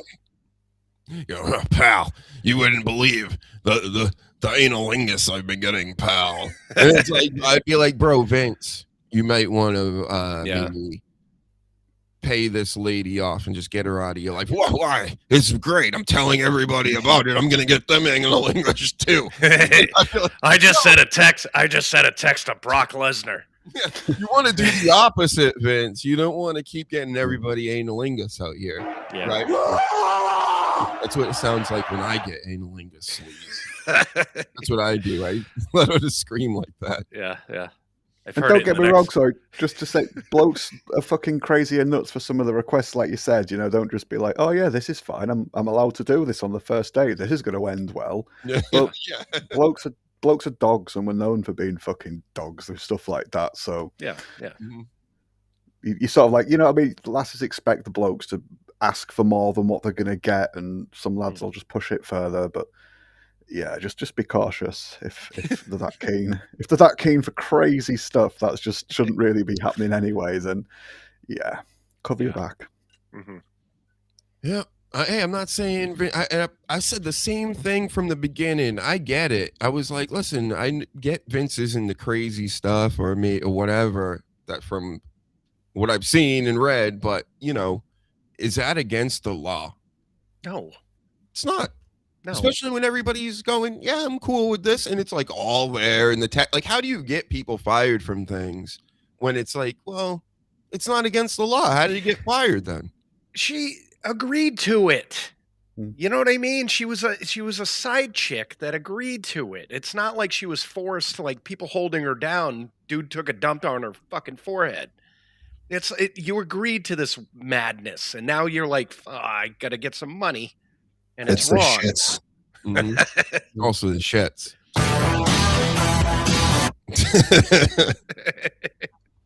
Anyway, When Vince left the room, he played Brett's music. Yeah. But when he entered, he played Shawn Michaels. Oh, you got to go watch my new video series. I'm going to a solid 5 to 8 minutes a week, possibly, to do an episode where it's like an Adult Swim type thing with wrestling. That way I can change up from doing the promo edits. I can still do promo edits, put them into this, because it's, some kind of like a hallucination, or I got to find more clips of people taking drugs or doing something. That would make more sense too. And the slips, you know what I mean? Snip slips, we'll put in those. Yeah. In this one, it was Asuka spitting in Bianca Belair's face, and it makes her hallucinate all kinds of things, like Shawn Michaels talking dirty to Vince on the stage, and like much more. So go check that out on the Dr. Huge Show channel, which you're probably watching right now. Like and subscribe, share it to everybody right now. Hit all the good buttons. Thank you. Do it. Anyway, so here's some other wrestling news. Cody Rhodes. No. Also on another pod. All these people think they're doing podcasts and they're doing cool things. They're not. This is the cool place to be. We should get all the Cody Rhodes over here, Seth Rollins, and we'll ask them about the analingus. Are they doing the first day? We'll pick all their relationships and all the rest. But Cody Rhodes says that wrestlers are a little too sensitive. Yes. And I think he knows from experience, because he also was sensitive. He blocked Dr. Huge, blocked many other people for having opinions about pro wrestling. How dare any Mark have an opinion on anything? Which leads me to this statement and idea I had recently. Because pro wrestling has no more kayfabe, because it is creatively empty. Yeah. What else do fans have to do other than watch the matches, know that it's a performance, watch the promos, know they don't mean it, and that this is an acting session, and then critiquing it? Because when you believe in something, you're not going to critique it. You're just watching it and taking it in. Now that you strip the soul out of it, what are the Dr. Huges of the world left here to do other than critique it? And then they go, don't do that. You're not allowed to do that. You're just supposed to enjoy this. Well, you took the enjoyment out of it. Now I'm just here to look at it for what it is. And now I get to critique it and go, well, you should be better at it. And you're mocking their personality, their actual personality, not their on-screen personality. So they don't have that to sort of like hide behind. Or even if they are completely wrong, they could just be like, oh, they're attacking my character, that's all. And it's like, no, we're attacking your actual fucking character now, because it's just everywhere. It doesn't stop, and we're sick of it. Yeah, it's tiring. It's really tiring. I pulled myself back a little bit from X because I was just getting so fucking depressed about half the shit I'm seeing and hearing on there. It's like everybody's a fucking critic, and they're not good critics. But because there's nothing else for them to do. Right. They can't just believe it. They can't just have fun with it. Right. Because the WWE is the top culprit in going, we're fake, we're fake, we're fake. We're all friends. We're all friends. Everything's cool. How much money are we making again this quarter? And it's like, all right, well, we're going to critique all of it then. Is that what pro wrestling is? Is the ratings and how much money you're making and all this stuff? And then all the marks just fight about that. They don't fight about, hey, the Ultimate Warrior is better than Hulk Hogan or vice versa. Because who gives a fuck? It's all fake. It's stupid. Yeah. They caused this. Mm-hmm. And the AEW side and style doesn't help itself either, because it's so fucking ridiculous. You also then know it's fake. Yeah. So if they tried to put on more like a legitimate seeming sports entertainment thing, which is what we were promised, you wouldn't sort of like feel as bad for watching it. But because it's just daft, it's like, what the fuck is this? Yep. So you take you shit on that as well. It's all like a mockery of the business. It really is. It's like it's making fun of itself at this point. And it's not good. Nope. The WWE version of it is, in a lot of ways, I think they're more at fault because they're the biggest thing going. Like they could and it's not, it doesn't have to come down to, you don't have to force people to go, it's real. No, that's real, and really force it. You don't have to do that. You just don't expose the business every chance you get. Pretend that everything that you're doing is for the show. Otherwise, the show doesn't really exist anymore.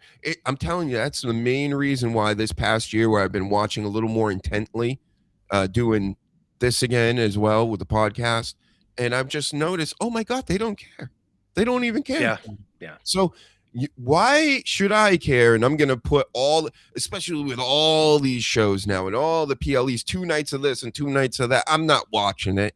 I'm not watching your stupid ads for what? For things I already know what's going to happen. We predict pretty much 90% of everything here anyway before it happens. So fuck it. Here's the thing. We watched it in the 90s, right? We knew it was fake in the 90s. We knew it was scripted. We knew, they had little bits of like behind the scenes shit where it was like, oh, The Rock and Stone Cold are actually really good friends in real life. But when you watch the program, they diluted that. You know what I mean? Where it was like, they made it look real. If you make it look real, then people aren't going to think it's fake. You know what I mean? They're not going to have that thought process going on if you put up such a good product that makes it look real. That's the whole point of this. It's like being magicians. You know that a magician isn't making the Empire State Building disappear, but they make it look really good, that you believe it in a sense. Yep.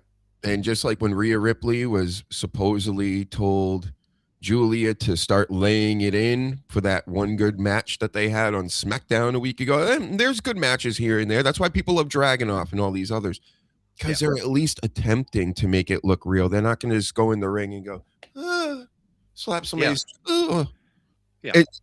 Again, why are we watching this? We all know it's staged. Got it, right? But if you don't even make the matches look good, and people with the ladies, for the most part, I mean, they're usually just going through the motions. This is why I like Kiana James so much, because she kind of makes it look like it's a contest. It's real, like there's a fight going on. And that's it. That's all you got to do. I mean, how hard is this? This is like Wrestling 101. Oh, it's like last night, the match between Finn Balor and CM Punk. 2 veterans, all that shit. That match was great. It was fantastic. But you got those 2 people that have that mentality, where it's like they know what to do to make shit look real and have the crowd going and all that shit. A lot of that is lost.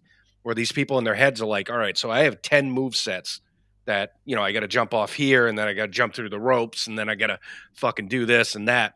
And it seems like we're doing A, B, C, D, where it's like, okay, I know what's coming.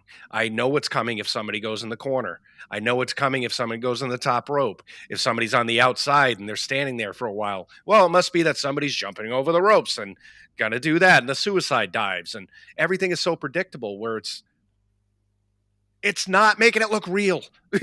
They all have their 5 to 10 moves of doom. Right, they all do now. But even Cena was good enough to make his 5 moves of doom look real during a match. So for the lasses part, and I've agreed with this before, it's the hands by the side all the time. Yes. This is why people like Rousey or Baszler would be really good to help training, because just like when you're practicing in the ring, just have them keep slapping them each other in the face, and it's like, keep your hands up. This is what happens in a fight if you don't keep your fucking hands up. And then they're just constantly just paintbrushing them in the face.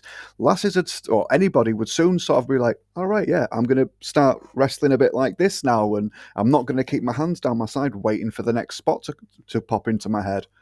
And it would add to it, and it would help you get caught up in the moment more. They need to be taught how to fake fight as opposed to doing the gymnastic shit and the timing and all that stuff. That shit will come. You know what I mean? You need to make it look like you are a fighter and you're fighting that other person. Yep. I'm telling you, that's why Kendall Gray is also going to be huge, because she's an actual wrestler. Yeah. She's hot as hell. And she puts on that little singlet. And then she works well, just like Kiana James and stuff. Like, oh my God. When we got Tiffany Stratton, Kiana, Kendall Gray, Saul Ruka, like that type class up in there. Even Lash Legend, she can play the giant role with the best of them. And I think this next generation of lady wrestler, Julia Vacker, of course, it's just they're so much better than the last one. And I'm sorry, that's gonna piss everybody off, but the whole women's revolution class got nothing on this class coming up. And as long as TKO can just steer it in some sort of entertaining angle, they got nothing, man. This version of the WWE creatively, they came into it kind of riding in with the Cody Rhodes story stuff, which was peak WWE, and that's coming from a non-Cody Rhodes fan. But then, it fell right off a cliff, and it's been down there ever since. You know what I was thinking of the other night, and I'm not taking anything away from Triple H when he was down in NXT, but you can notice a difference with Shawn Michaels NXT because you got that more realistic. It's like he's focusing more on the wrestling side of it, where it's like you got to make this look like a fight, as to where Triple H has always been more theatrics. It's more the timing, the flippy shit, and the fucking entrances and all that stuff. If they had a good median between both of those thought processes, then you could produce the future Stone Colds, Rocks, Kurt Angles, AJ Styles, Finn Balor's. You could do all that stuff. Where it's that's to me is the biggest problem, is you're not getting those total packages anymore. I still like NXT better than Raw or SmackDown because the way it's made, they actually take things out of the building. Yeah, it seems like they're fighting. And I get maybe there's limitations on things, but I mean, the APA used to go to local bars. Yeah. You can't do something like that. They were in one of our bars, Sleaze, one time, throwing everybody around. Yeah, I wasn't there, but Yep. And that was a nice little natural way of advertising something because it fit the story, and the APA were at Pete's Pub or whatever down the road in wherever they are. And you just mention that, you'd name drop, so the venue would be like, thanks very much, we've just got our name mentioned on a big TV program. And it fit what they were doing. It's not as sort of like alien as like, here's our truth, just randomly eating a Snickers bar or something and cutting like a 2-minute promo on how great the Snickers is. And it's just like, where did that come from? But they don't, like you just said earlier, Doc, they don't fucking care. as long as they tick the boxes and you have the logo or the slogan or whatever on the screen, that's it, done. They've got the money's worth. They're so focused too on, it goes back to the machine development that they have now. It's like the promos in the ring. Instead of building it where it's like, okay, well, I'm going to catch you down the street, from the venue, and we're going to get into it. And you're like, oh, I can't wait to see these guys fight. Every single week, it's just Punk comes in, and then Roman comes in. They're like, well, I don't like you. And then the others, I don't like you. Well, see you at WrestleMania. Like, it's lackluster bullshit. Drew McIntyre's the only one that's keeping that alive right now, where it's like he comes out of nowhere, he fucks you up. So then you're like, well, I want to see somebody beat his ass. And they need more of that. I think, again, because they're all kind of playing themselves, and we like McIntyre. Yeah. Like, we would like McIntyre in real life. Right. I'm not saying we wouldn't like everybody, good or bad or whatever, but like, for example, Roman Reigns the past, several weeks, anytime he showed up, he just goes around burying everybody. Yeah. He's just like, even, what did he say? I wrote it down here somewhere, but he had, he wrote a tweet about CM Punk, and I'm not a CM Punk fan. And he wrote, not sure who looked more tired, the crowd or the champ. And it's like, wait, aren't you the OTC one? Aren't you over now? You're the good guy now, right? Or is he? And then I don't know. Jess was like, well, he's a tweener, and CM Punk's kind of like a tweener, but CM Punk tries to pop the crowd all the time. So maybe Roman is the bad guy and he's the good guy. Either way, he shits on Finn Balor, he shits on CM Punk, he shits on the Universal World title, he shits on Drew McIntyre. He's literally not putting anybody over. and he's the part-time guy on the outside coming. To me, it just doesn't make any sense. No, and it's just talking. There's nothing being backed up. You know what I mean? There's nothing like when Stone Cold and The Rock were going after what, the IC title. Like The Rock comes and he's on a bridge and he's like, "Hey, you want your fucking title I stole? Come get it." Classic. Yeah, and then it was played out through the whole fucking episode where you're like, "Oh, this is good shit. I want to see these guys fight." They don't do that. They're in the ring like, "Well, you're a bad person." Well, you're a bad person. And I'm sick of this too, especially with CM Punk. Stop bringing up the past. Everybody that faces him was like, "Well, you left the company fucking 10 years ago and you shit on us." Stop it. It's old at this point. Yep. Like that means that it's like fucking Stuttering John at his thing where you can't come up with something to counteract this shit. You know what I mean? Like you got to dig into the well and fucking, pull up old shit and be like, "Well, I've always hated you. Fuck that Zebro shit." Come on. And that's what 50 Cent was saying recently. And it made a lot of sense. So, he's fighting with T.I. and his son and all this stuff. They got some beef going on and they want to get a versus going in the future or whatever. But 50 Cent is basically like, listen, your son's saying all this crazy, untrue stuff because that's what the other guys tried to do back in the day. So it's like when you got nothing on somebody, you just keep going to the well of, well, this and that. And it's like that was already like cleared up and done with like 20 years ago. So, it was about him being a snitch. But it reminded me of John Cena doing the promos all the time. He would do this like all the time as well, which is kind of doing the same thing as what I'm about to say. But Cena would go, "Well, you're just saying the same thing as everybody else has said the past 20 Exactly. years." And it's like, yeah, because nobody's using their heads. They're just going back to the well all the time. But especially going back to CM Punk, that's what if I'm a writer, okay, I would sit back and say, okay, so we're going to have Seth come out and bring up the 10-year shit and you shit on the company and all this. Punk comes out and goes, "Come up with something better." You know what I mean? And why don't you just come out and we'll fight right now? Like, you keep digging into the easy shit.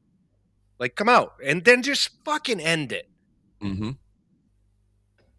Because now Roman's bringing up Shield shit. And like, what the fuck? The Shield was fucking 10 years ago. You want Moxley the 13th back though, don't you? I want that. Yeah, that'd be great. You want him back in the E? That's one, honestly, I could totally see Moxley never coming back. No. He seems like legit, like when he's done, he's done. Yeah, yeah.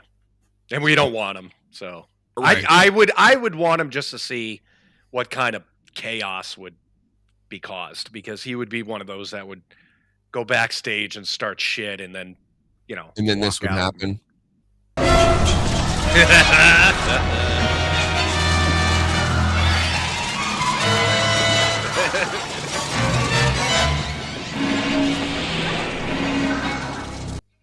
Yep, we got another Friday the 13th or Moxley the 13th this month, folks. So watch yourselves. Crazy. Yep. Don't you be doing that premarital sex. You don't like that. Yep, definitely not in Camp Crystal Lake. You'll be there, which I learned was in New Jersey. You taught me that. I didn't even know that was in New Jersey. I was like, there's a lake in New Jersey? It must be like a toxic landfill. That's why Jess has to watch out. Yeah.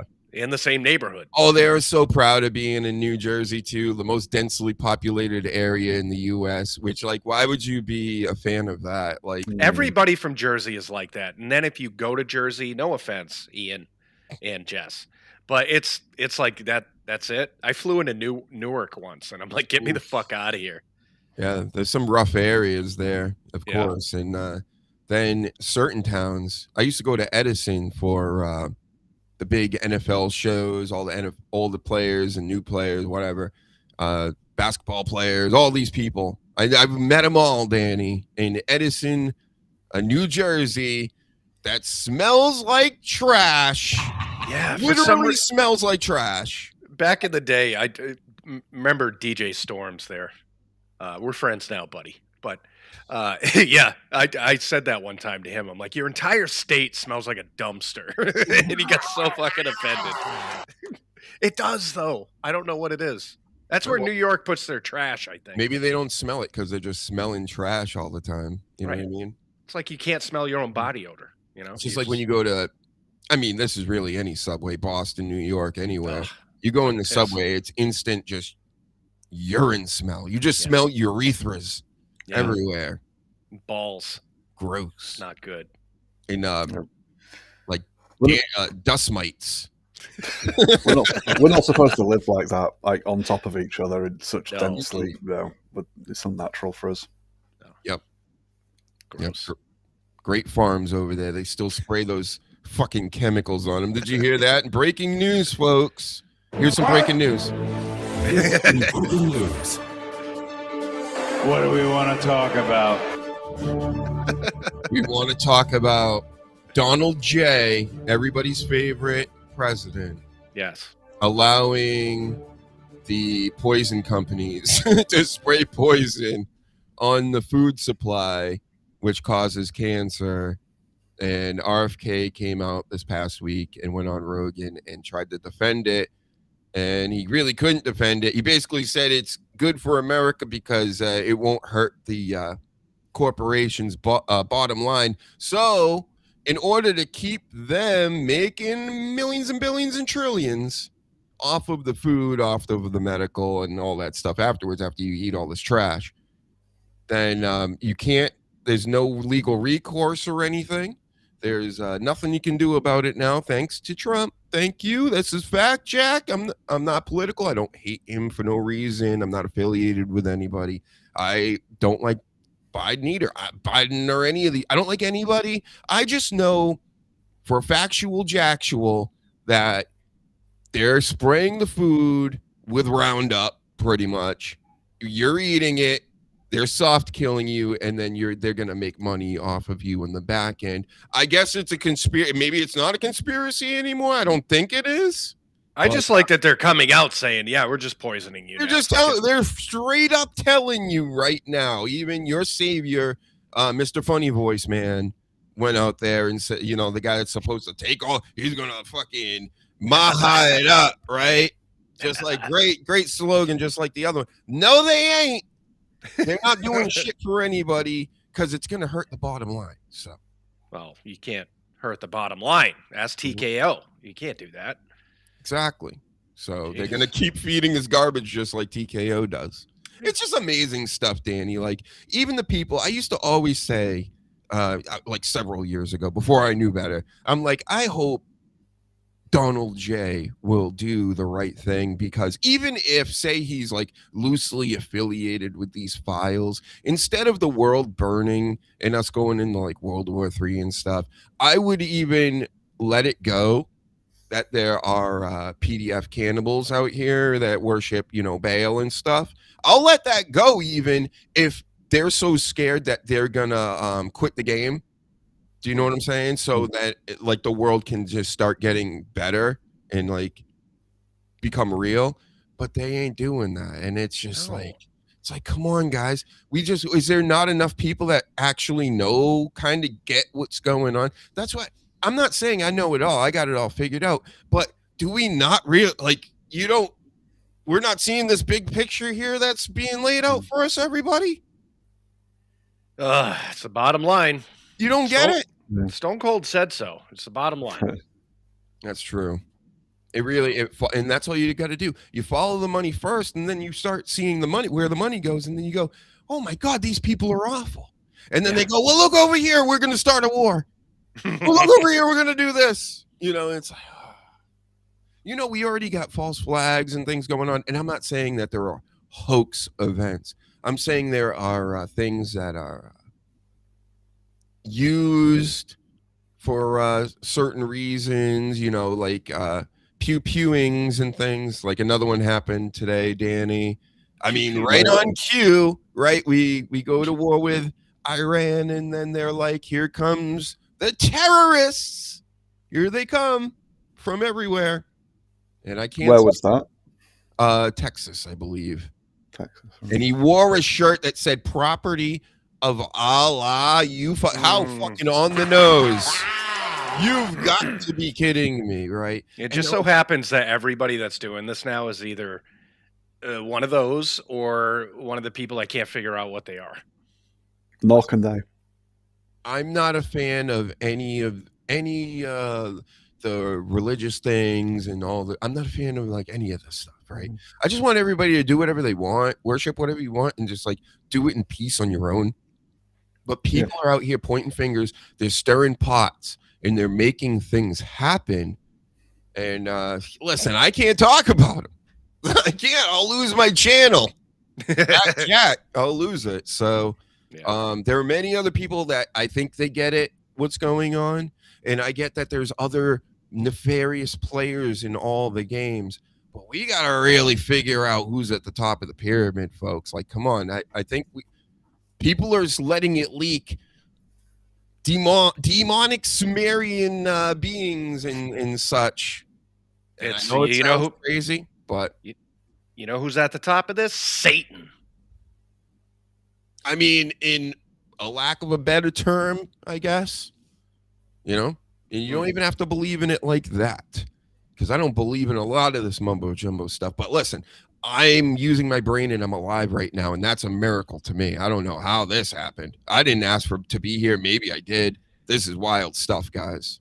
Do you know what I'm saying? So I'm thinking that people need to maybe ask more questions than they do, because things are a little crazier than we first may have thought when we were just like addicted to pop culture and, you know, completely in the Matrix. We're so close. They're pulling everybody back into the Matrix with the wars. That's what it feels like to me. We were starting to get out. People were really starting to understand, but now all this stuff is going to be used, so we're dominated by Terminators. But I digress. Sorry, I'm just went off for WNN for a minute, but I just feel like these things have to be said because it's the biggest news story in the fucking history of mankind past 2,000 years or so. So yeah, but there's so much fucking media nowadays that stuff gets filtered out. Like if this were 30 years ago, and like especially Epstein, that'd be the biggest thing on the planet. But like you said, they'll have Epstein. Now they have the Iran war. Now they got the shooters. Now they got this. They got that. So it's they're diluting everything so you don't look into it. You know? So because I know there are people like, I'm not going to forget. I'm going to keep talking about it and blah, blah, blah. Listen, people are just humans. These algorithms and these things know how to swamp this info right out. And people will be moving on to something else next week. The things that affect them right away, which makes you forget about the big picture. And that's what like really conspiracy theories are to me. It's just seeing the real big picture and going, here are the massive problems, because everybody deals with the little problems, but the little problems don't do anything except confuse everybody and get everybody in fights with each other instead of like just dealing with the problem, you know? Anyway, it's a crazy fucking world. It truly is. Again, it's just like how we point out TKO is really the big problem. We've noticed with wrestling through the years that, you know, Vince wasn't that bad. Sure, it was the shits in 2019. They had some real stinkers for years, but you would still get some exciting moments, some surprises here and there. You know, weird things would happen. You'd get the Funkasaurus. You know, you'd get like silly, crazy, over the top shit that we could make fun of and stuff too. We can't even really make fun of this stuff. Yeah, I think that to myself all the time. I'm trying to come up with some kind of material or thought process, and it's like it's not even fun to make fun of it. Because we're making fun of like what Phil and Mark and like these, because they're done. Like you said, they're not characters. They're just they're themselves. Yeah, you know, it's gotten more difficult to come up with some bullshit. Like it's more fun to make fun of the Macho Man than it is Lexi. Yeah, online. Yeah. Gross. Crazy stuff. Yep. So hopefully we don't lose the world though. In the meantime, with all this, I would like to keep talking about wrestling and things for a while, even though it does stink at the moment, but. You know, this World War III thing. Let's not do it, all right? Please. Yeah, I'd rather not. Can we not do this? Can we not do the end times prophecies, Danny? Can we not? You'd have liked the light show I saw this morning above the sea. There was 4 or 5 fucking lights. They were not moving. Yeah, they were moving like birds. They were so fucking agile. It's one of the weirdest fucking... I've seen quite a few things, but this was one of the weirdest ones this morning, about 5:45, while it was still dark. He's got UFOs. They call them UAPs now, but you say these aren't UAPs. These are strictly like orbs of light. Ooh. Yeah, I'm not even saying that they're definitely like alien or anything like that. It could just be new tech that they're not announcing that we've got. That's like the most logical explanation. But they were fucking moving really strange. And like I said, I've seen plenty before around here, and I ain't buying that. That's just like, oh, it's a satellite, or oh, it's just a Chinese lantern thing. It's just, yeah. These were like they look like they were playing with each other. They were agile, like when birds like chase each other and stuff, but they weren't. They were fucking lights. So wow, yeah, and not small bugs in front of you. No. All right. So not been drinking or doing anything like that either. No anilingus during this time. No. That'll make you see things. Yeah. But it's quite small and out of the way here, so it's just like, oh yeah, no one will believe people from there, or not enough people will notice things. So yeah. All right, don't get abducted anytime soon. I need more guests. Thank you. I don't think I'm going to be much use to anyone if they abduct me. Me neither. This is from You Know the Deal, 1885. I'm convinced the Elimination Chamber was AI generated, beyond mid, zero buzz to mania. None. Welcome to the club. Thank you for the subscribe. Thank you for sharing and liking, hitting all the buttons. Of course, you're with us because we think the same thing. We spoke on it earlier. And you can't blame it on injuries. You can't blame it on any of this because their stars should all be superstars. They just don't want them to be superstars. They want to just continue to do the same thing and churn out the merchandise to all the marks and make all the money off their ticket sales and everything else. And who cares about being creative and putting on a good show? Who cares? You know? AJ Styles said that WWE's WrestleMania stinks, basically. What? But then, on the other hand, AJ Lee won the Women's Tribute Act Intercontinental Championship as well. So surely that's a good thing. Yes. You can buy more belts to buy. It's just right. Because we need like 30 belts in each roster. It's it's too much. It's excessive. Get out of my life, AJ Lee. Stay in my life, AJ Styles. Yeah, right? But apparently his neck is fucked. I didn't know that. Yeah. And he just wants to quit. Like, yeah.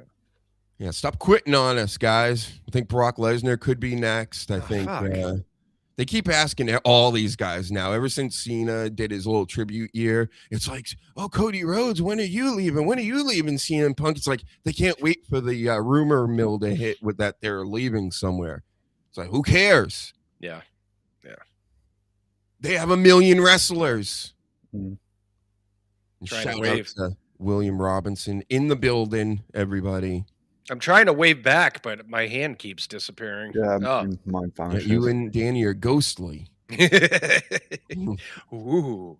The ghost of the sleaze past. Oh, boy, there's a past.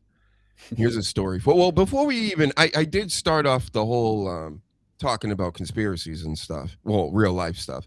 With Cody says wrestlers are too sensitive. I don't know how we got there, but we did. But Cody Rhodes... You're right.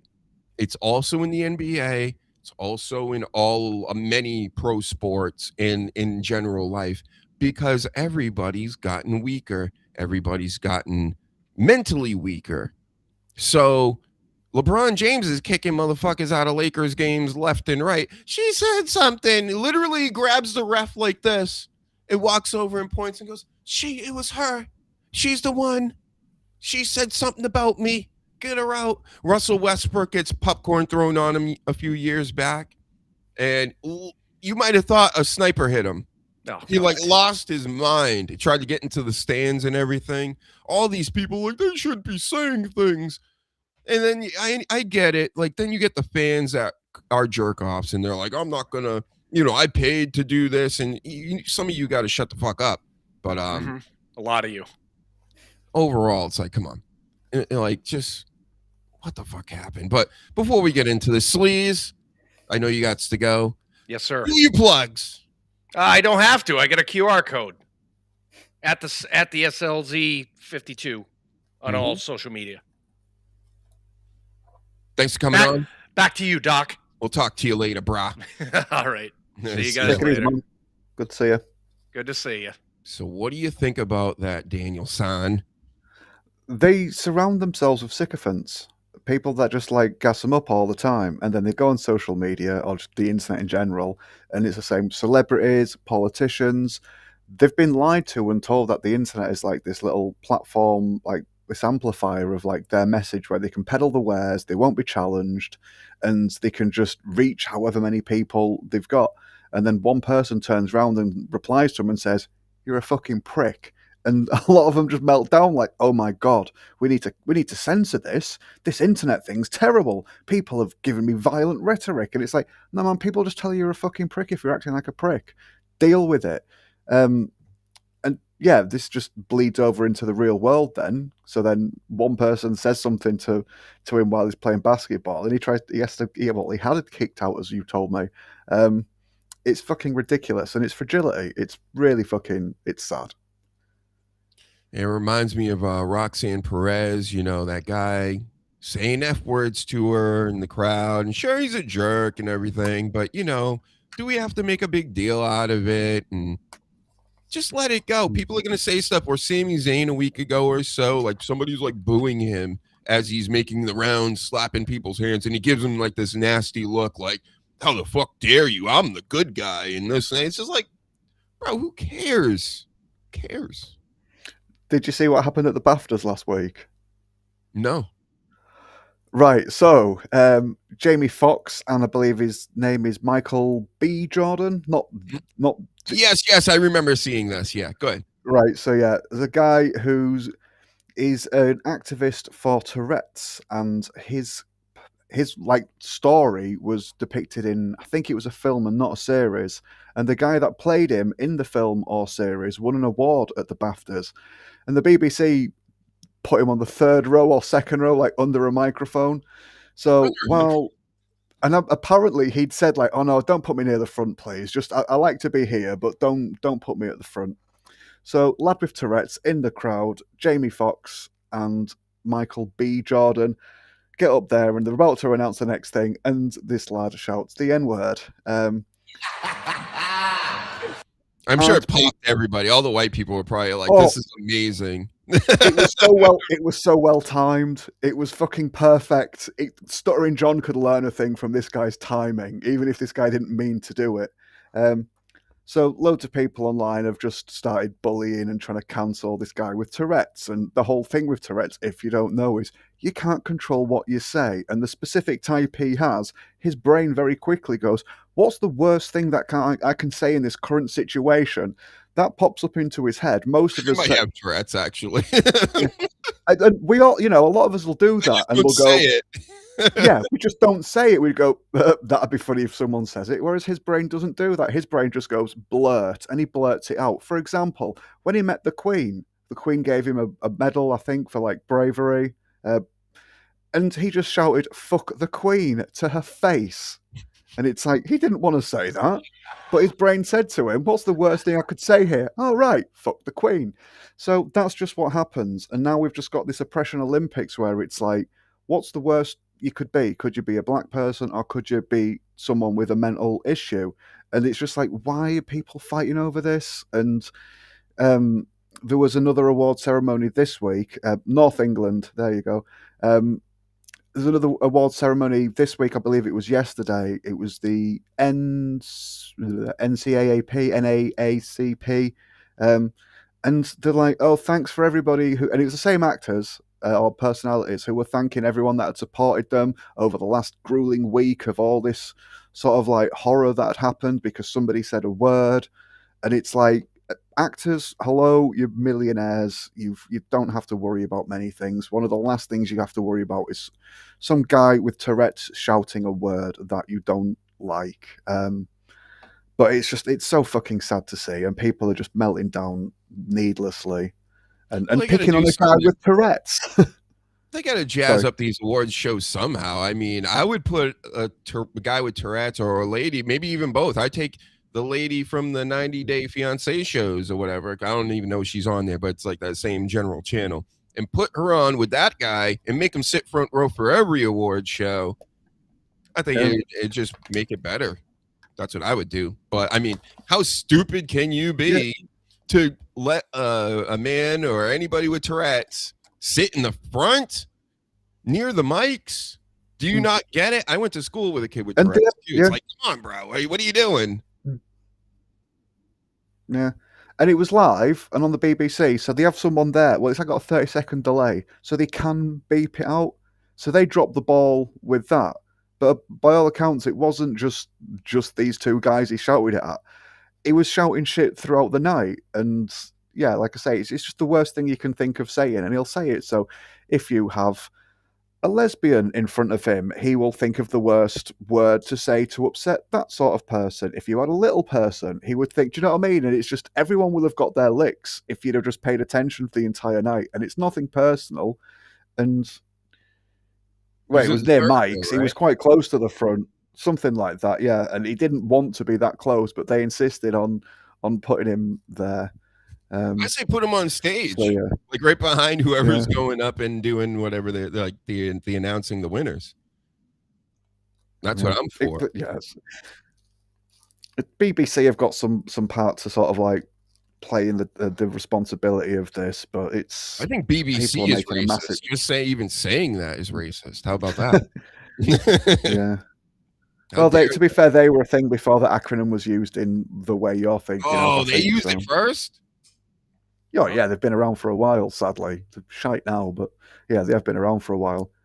They used to be the unbiased, the news, the beacons of all news and honesty and that, and they're just bought and paid for now. It's disgusting. Mm-hmm. But it was an award ceremony.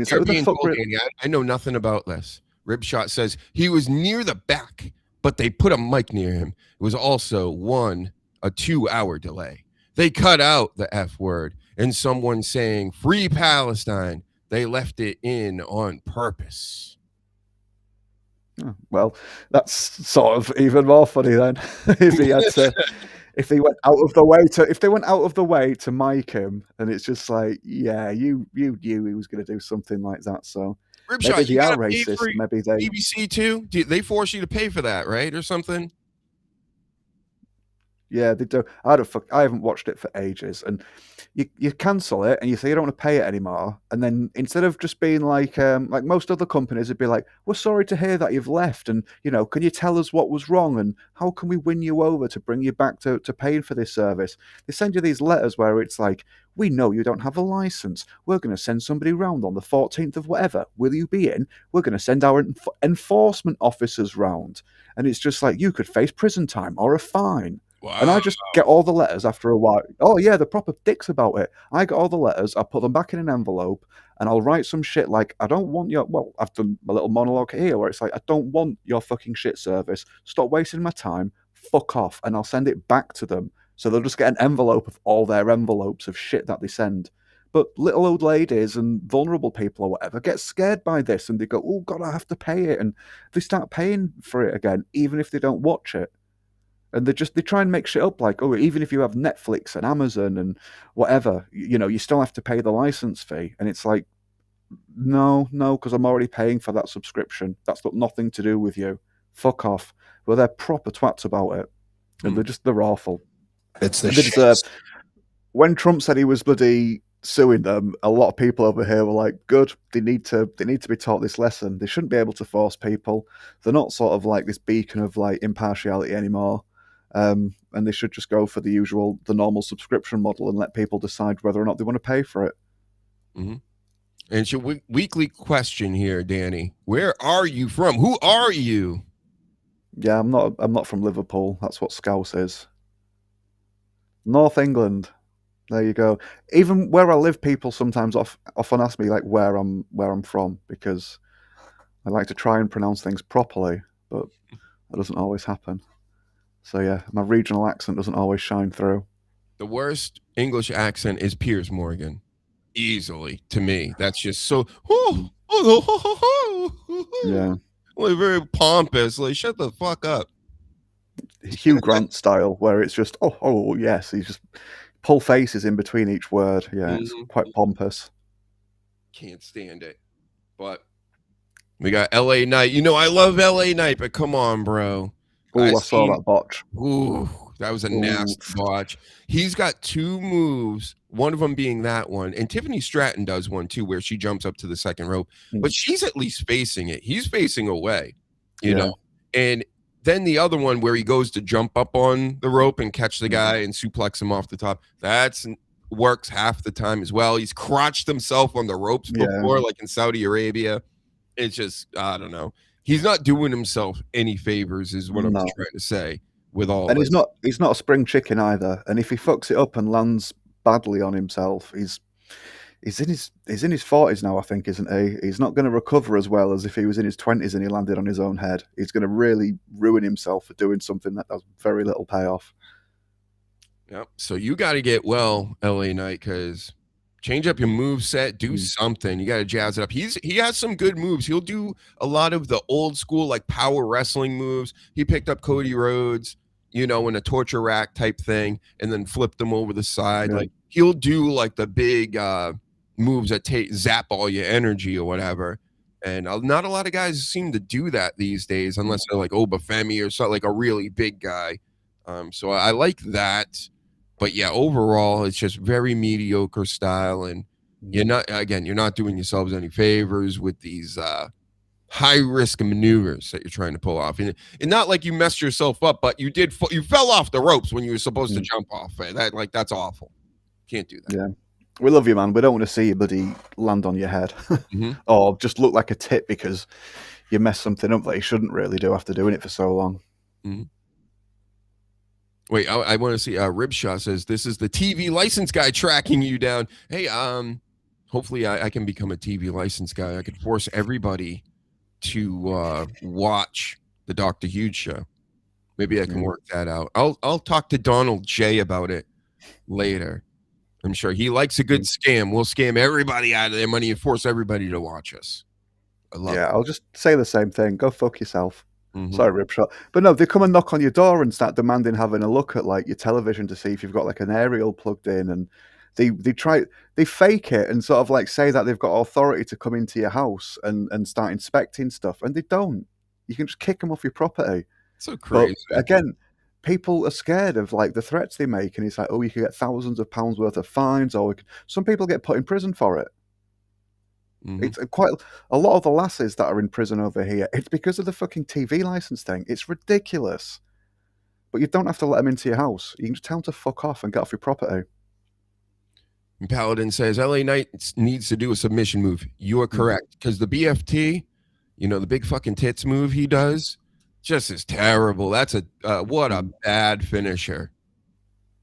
Who used to use that? Was it Moxley? Did he used to?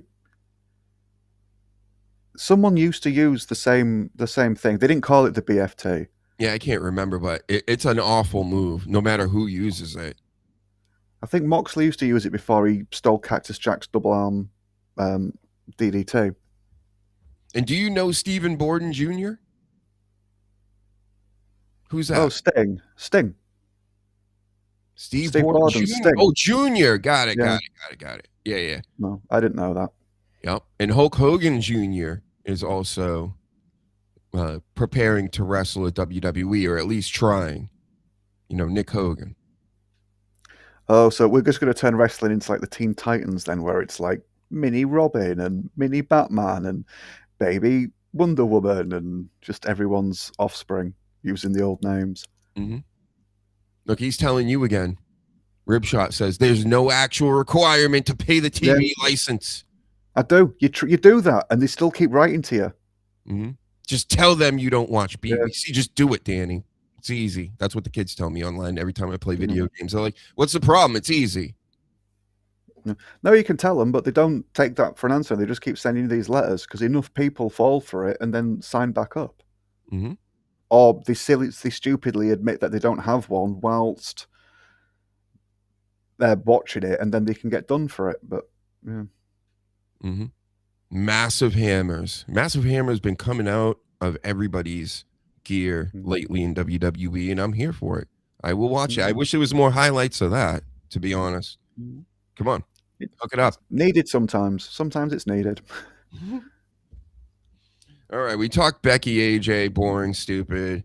Liv Morgan, here's a quick story. She's not a lesbodian, folks. Not lesbodian.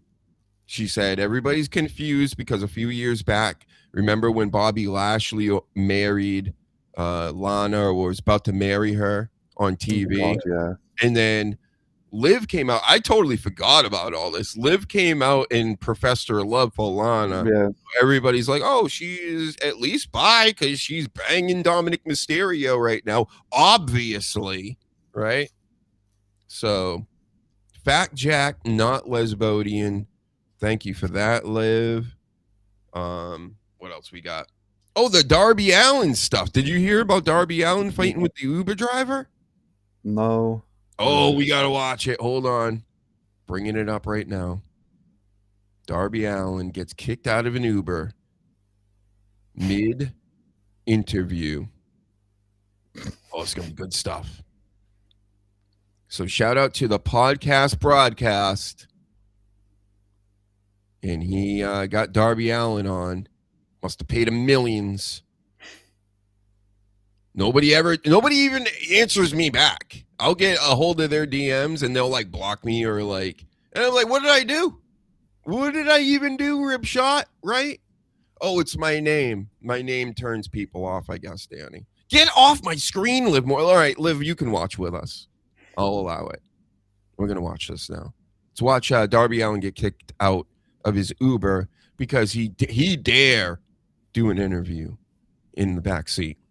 Going on, can we expect to see like a match? One second. I hate to interrupt like your AA or like therapy session or it's kind of rude to be on speakerphone like in someone's Uber. Is it cool if I finish? Look, man, I've been driving since 5 a.m. I'm tired. Like, can you just put the phone up? Like, it's a little rude.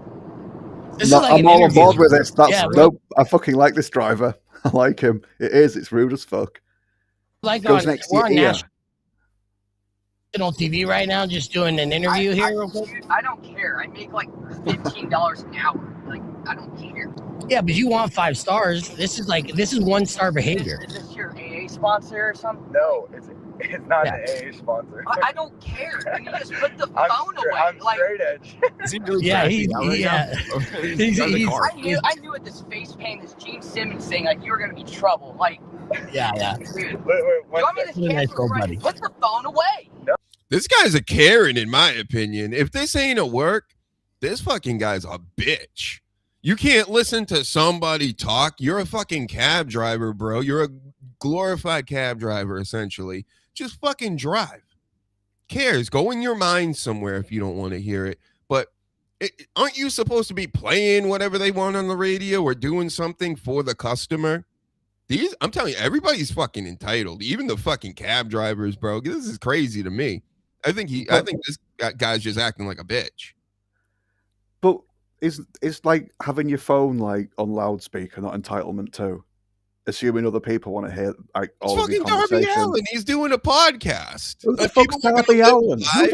To most people, who the fuck is Darby Allin? It does just look like some fucking meth head or someone that's like just came kicked out of an AA meeting. If it was fucking Hulk Hogan or The Rock or someone big, you'd be like, oh my God, he was doing press. But everyone's got main character syndrome. Even this obnoxious little prick that just jumps off of things. Loads of people have been jumping off of things for attention since Jackass. And before, but Jackass boosted it. One of the things that pisses me off the most when you see people downtown is when they're just walking with the phone out like this. I've literally got a t-shirt that says, it goes against your ear. I've made myself because it fucking irritates me because it's I'm with you on entitled. I'm with you on that, but when you're in listen, the guy, I would assume I could be on a speakerphone, and I wouldn't be on speakerphone with just anybody. But if I was doing a show and I'm like a wrestler and that's half my job is traveling around, I would do it I wouldn't see the big deal out of this. But then this guy's like, I've been working all morning. I only make this much money. It's like, well, I just paid a fucking $50 for a car ride. So it's like, just fucking drive. Do you drive? Do you drive? I can drive. I don't drive like this, but I drive, yeah. Right. It's quite irritating when people are fucking making loads of noise, and if you're trying to drive in like a busy city or whatever, I can totally see why you'd get sick of it, especially if you've been up since that long and you've just got like so many voices going, and it's like everyone thinks they're important. Someone could just be talking to the mate like they're about to go and see, but they'd act like, oh yeah, this is a really important call, I'm a big deal. And no, I'm more on this guy's side than Darby fucking Allen's, and that's not. I'm on Darby's side because I think even if you were like this tired and sick of your life or whatever, that you would at least try to sympathize first and be like, listen, man, like, can you not do that right now? Like, do it like that with that tone. This is like, get off the phone, do it right now. Like he's a Karen. It's like, shut the fuck up. He did ask him. He said, can you put the phone up? Yeah, but he's trying to disrespect them. He's having a bad day, so now Darby Allin has to have a bad day. That's what it sounds like to me. What is this? Your AA or therapy meeting or something, you fucking bitch? That's what he's saying. That's the tone of it. So I would go fuck yourself. I would not be smiling like Darby Allin is. I think Darby Allin's caught off guard. He's like, I don't know what to do now. I better just laugh this off, whatever. Not like he's beating anybody's ass like Dr. Hughes would. I'd be like, motherfucker, you really want to do this right now? How about I choke you with your fucking, the rest of your car? I don't even know what I'm talking about right now. That's how mad I'm getting even watching this. So, okay, let's see how this wraps up. No, hold on. What do you mean, hold on? Just hold on real quick. Let me finish this. Yeah, finish it all right. You're getting out of my freaking car. This is insane. No, yeah, that's 1-star behavior, sir. And honestly, a Lyft driver would not drive like that. I'm sorry, I'm not going to get Uber. Take me to Tucson. Yeah, take him to Tucson so we could be doing AEW live here. Yeah, real fun, buddy. Dude, I'm over this. You're getting out of my car now. Let me see you. We're in the middle of the highway. I don't care. Get out! Go. Get out of my car! Get out! We're in the middle of the highway. All right, See, Lyft drivers really do this. We're having a breakdown.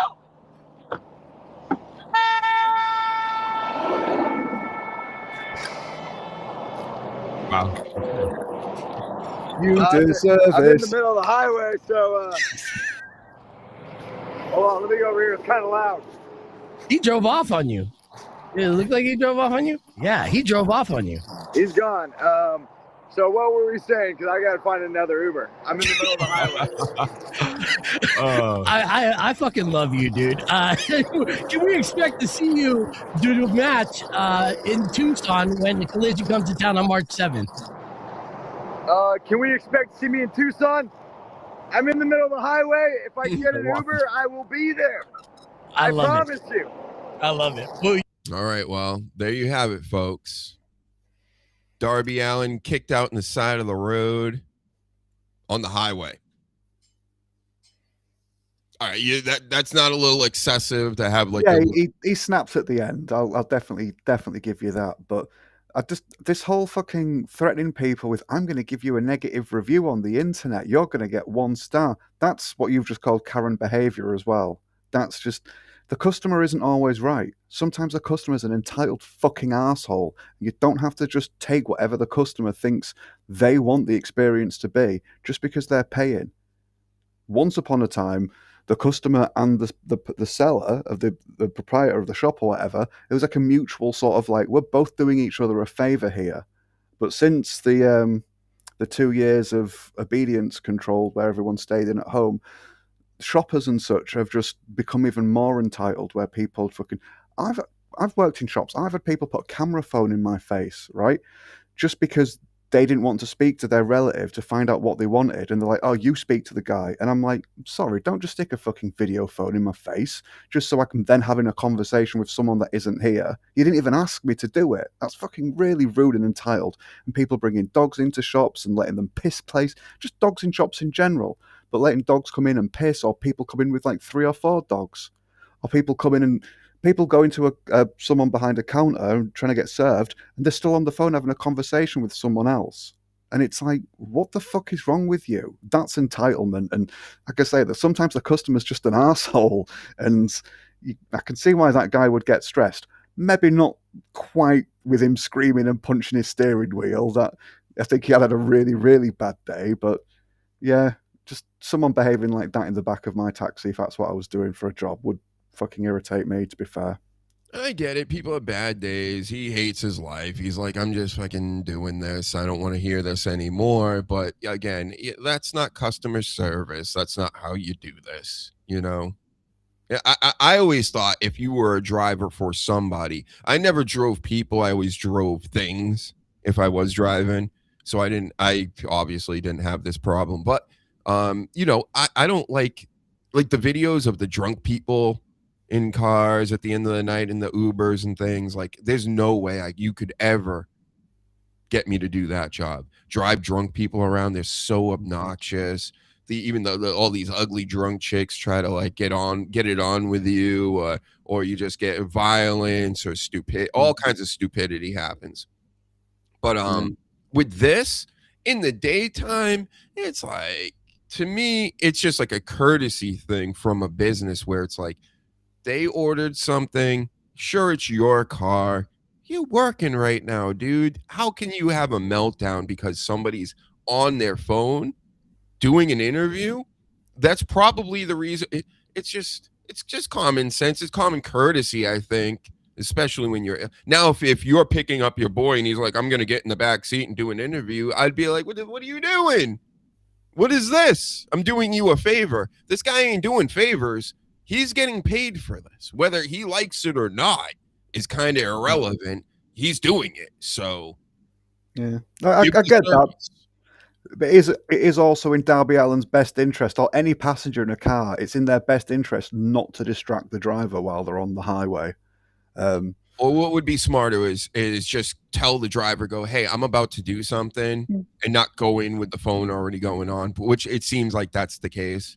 Because him starting it up would be, you got to tell the driver, be like, hey, do you mind if I, make a little noise back here? That's all. Give a common courtesy at first from both sides, I guess. But, yeah, definitely.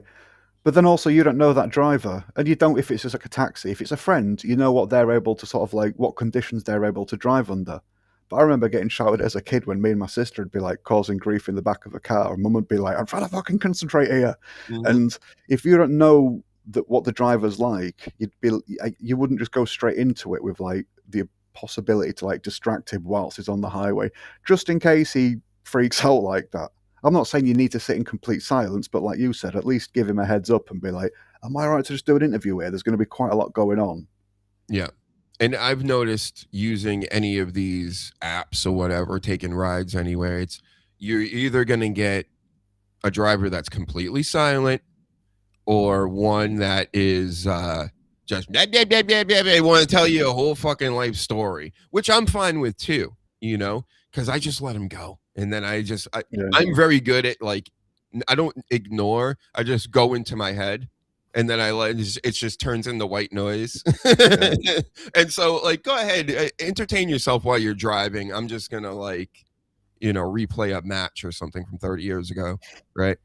But, yeah, it was hilarious. It is pretty funny. Imagine if that happened to like Seth Rollins or Roman Reigns or something. that would be something. That it coming from Darby Allin. I don't know how he was just disrespecting him before too. Like if he even told him he was a pro wrestler, the guy would probably goofed on him even more. Like, yeah, okay, you're a pro wrestler. Yeah. Look at you. Yep. So, yep. Get well, Darby Allin. Now, he's gonna have ticks all over him now. That's happened to me. I've been had to pull over on the side of a highway and stuff before in the past, and ticks are on you like that. They're fucking everywhere on those sides of the highways around here. Like the tiny little wood ones suck. Gross. And we know what the government did with those, Danny, right? Plum Island and all these things. Yep. Anyway, what else do I have? So we watched that.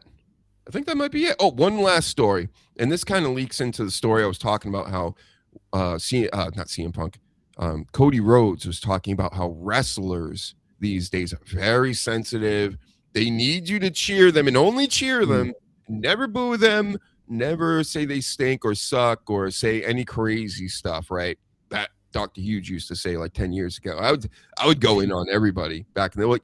First of all, I didn't understand what Twitter was. So I got on Twitter in like 2012, 2013, never used it, right? Finally started getting the show going, started using it around 2015 or so. And I had Matt Hardy calling me names on there. I had everybody was calling me names because I would be like tagging him. And I didn't realize I was like tagging them. I thought I was just like saying their name, but also giving them like props. Basically, like, you know, if I'm going to talk shit about somebody, I'm going to write their name out so that everybody else can find them, right? So we all know what we're talking about. And then they would get tagged and, you know, me shit talking them or whatever. And they're like, I hate you. You're an asshole, blah, blah, blah. And I'm like, oh, wow, they can see this. You know, and then I started getting some of them on the show. It was kind of crazy back then. But nowadays, we can't do any of that. They want to, like, you know, you say boo to these people, and it's like, wah. So anyway, this leads me to the Harley Cameron thing from AEW. She deactivated her Twitter because on one of the past shows recently, Penelope Ford went to do a big, you know, high-risk maneuver spot and jump from the ropes or whatever onto the outside. She kind of like moved away, like, I ain't catching this bitch, right? And then Penelope got whatever her name is. I think I called her Penelope Cruz, which is I think the actress that was dating Tom Cruise for a little bit. No, Penelope Ford. You said Penelope Ford. Good. Yeah. So she gets injured, and then Harley Cameron, you know, gets all the shit talking online. I'm sure it's great when everybody's like, you're hot, you're so hot, I goon to you every day and blah, blah, blah. Like they love that. But as soon as you're like, what did you do? You didn't even catch her. What the fuck is this? Deactivated. Unbelievable stuff. Any takes on this on people that, like, again, you already talked about it, really. Yeah, no, they just can't handle criticism or people coming at them.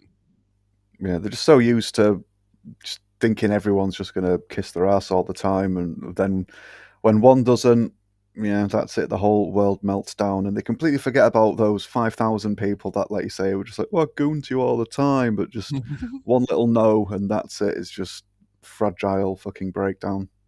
It's sad. What was this in relation to? Do you know? Ribshot says should have at least had the headphones in. The Darby Allin thing, I think. Right. Yeah.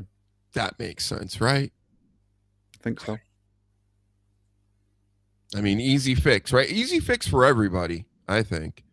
But I don't know. These people that are supposed to be providing services that act like they're doing Dr. Huge a favor all the time, it's worn on me as well, where I'm just like, fuck these people, all these service people. It's like, you have your job, you're doing it, right? Why are you making my life miserable? For just do your job, bro. I don't know. And maybe it's me. I'm a very mindful person, so if people are upset about things around me, I catch on pretty quickly, you know, and I try to adjust because I don't want people being upset around me, you know? It's really that simple. So usually any altercation I've gotten in like this, it's because the person is just out of their minds and they won't even give me a response to, and which felt like happened to him too. That's why it's just like, I kind of probably would have acted the same way. I probably wouldn't have gotten all crazy. I probably just would have been like, wait, what? Like, and started laughing like, is this really happening right now? And then I'd be on the side of the road going, what? How did this happen? Anyway, Did I talk about the war? Yeah, of course. The WCW and Monday Night Wars, right? That's what you God, know. they've made so many documentaries about that. Christ, we've talked about it enough. Yeah. Do you stream on Kick? Feels like a perfect fit for Dr. Huge. I have been streaming on Kick a lot lately. We're actually growing on there. Remember, I started off with 0, like a straight up 0 when I came back. We're up to 80 now, or close to there. I'm on Rumble today, though. White Nationalist Rumble. We're on X and we're on YouTube. I'm going to do my Arc Raiders stream later on Kick and Twitch. I'm saving all the video game stuff for that. But yeah, I mean, who knows? Some days I may go Kick instead of Rumble. I'm trying all these other platforms out because, not one platform lasts forever. You know what I'm saying? But yeah, Kick's been pretty good to me. Hasn't been great to me, but it's happening. Where I'm getting subscribers from somewhere. I don't know how anybody's finding me, but they are. In the YouTube thing, we reached 400, Danny. Fat Jack. We're at 400. We're on our way to 500, and then we become monetized. So we're 100 away. Everybody out there, hit the buttons, subscribe, like the video. It goes a long way. Even comment on the vids. Comment on the live vids. Comment on the pod. Comment on whatever. I got all kinds of random clip videos and edits I've been posting up there, so check those out as well. I'm thankful for and appreciative for any support from anybody out here. It's amazing stuff. You know me, Danny. If I got like 10 likes, I'm like, that's cool. I just like to see things grow. I just want to see it grow. I don't want stagnation, because that means we shouldn't be doing this, right? So we got to continue to grow, or else it's over. Oh, you think we need 1,000 now? Easy. That will be easy, right? But hey, it is working. It's a slow, steady pace. It's been a lot more than it was the first half of last year. Let me tell you. Remember when we first started doing this again, and I was like, I'm getting like a subscriber a month. Yeah. I'm spending hours and hours of my life to do this, and I get like a subscriber a month. It was like maddening. But now, we're some days we're getting 5 to 10. So people are seeing it. The videos, sometimes they catch fire after a month or after like a week. It's kind of weird. Sometimes they catch fire immediately and then they shut off. I don't know how this works. I'm old, I'm bald, I'm stupid, right? So I'm trying to figure this out as well with everybody else. But I appreciate the people in the chat. Even though you hate my Stuttering John stuff, Rib Shot, even though you hate just about everything I do, I still appreciate that you're here and you chat with us. And he came back.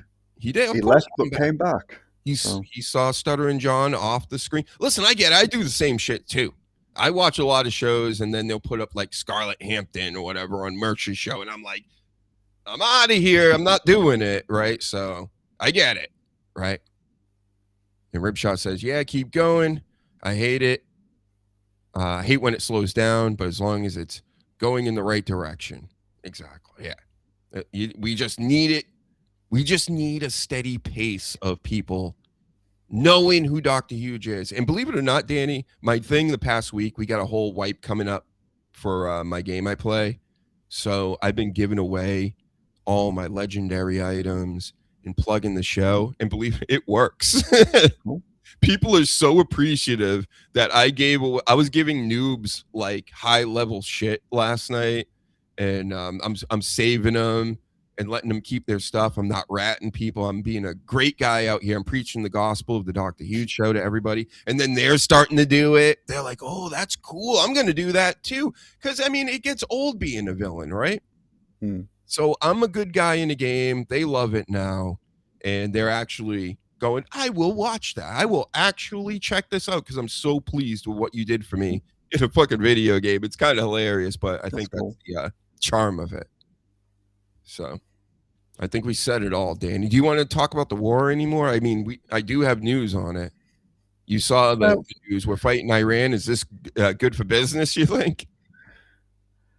It depends how you look at it. I don't know how much we're going to get through if we start now. There's pros and cons, obviously. I personally think people of that country wanted this to happen.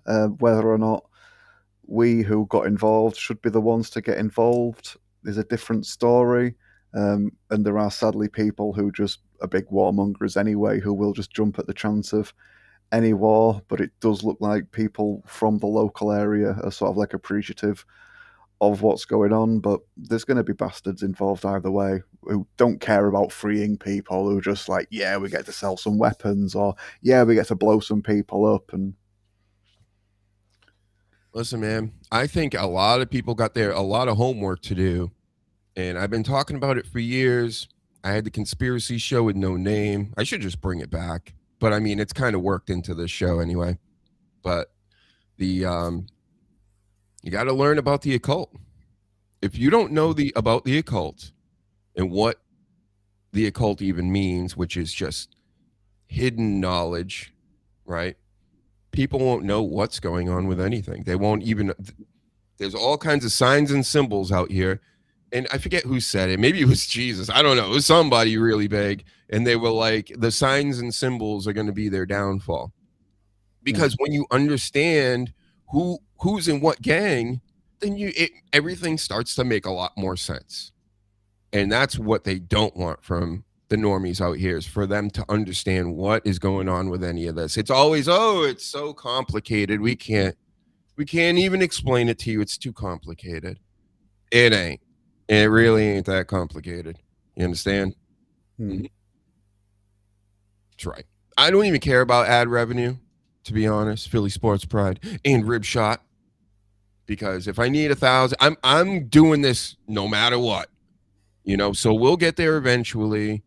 Nobody lose faith in Dr. Huge. I'm doing this. Whenever I'm live and I'm doing it, we're doing it. I'm not doing it for nothing. That's why I ask for likes and I ask for subscribes and stuff, because I feel like I'm not trying to do this for nothing. Sure, it's a hobby now and I'm doing it for the love of the game. But listen, if Pat McAfee can have millions of viewers, I can at least have 100,000. At least. Give me a fucking break, people. Come on. He gets millions and trillions and Dr. Huge gets 2 or something. Go fuck yourself. There's no way. That can't be reality.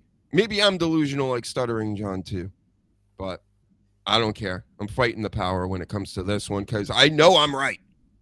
I'm right on that one, Danny. We're more talented. We're better. We got better takes. We're more funny than this Pat McAfee out here. So it's so upsetting that you can just get an industry behind you, and as long as the industry's behind you, people are like, he's a great guy. He's hilarious. Is he? But he's really good at kicking the ball. Kicks the ball, Doc. Who else would kick the ball? I would do that to Pat McAfee if he was here right now with Hulk Hogan in my hands. Say, I'm the only one that uses the watts. I'm the only one with toys on their show, right? No, he's got to do it all too, right? Right after the fact. I'll tell you, it's the first day I didn't really know much about this Pat McAfee, and my brother came up to me one day and goes, it was like 5 years ago or something, when he started getting on. He's like on our TVs, Danny. His podcast on our fucking TV, right? I don't know if he's on yours over there. Like, I can't escape him. So he starts showing up on the TVs. My brother's like, who doesn't watch my show, doesn't give a fuck about my show, right? He goes, he seems like he's doing a lot of what you do. And I'm like, oh, yeah, like what? And he goes, the what's and the toys and the this and the that and the blah. And he's going on. And I'm like, oh, you like his show better than mine, too? My own family? So I ever since that, I had enough of this guy. I said, he's brainwashing everybody. You mean I can't get my own brother to watch his show, but Pat McAfee gets him to watch his? What?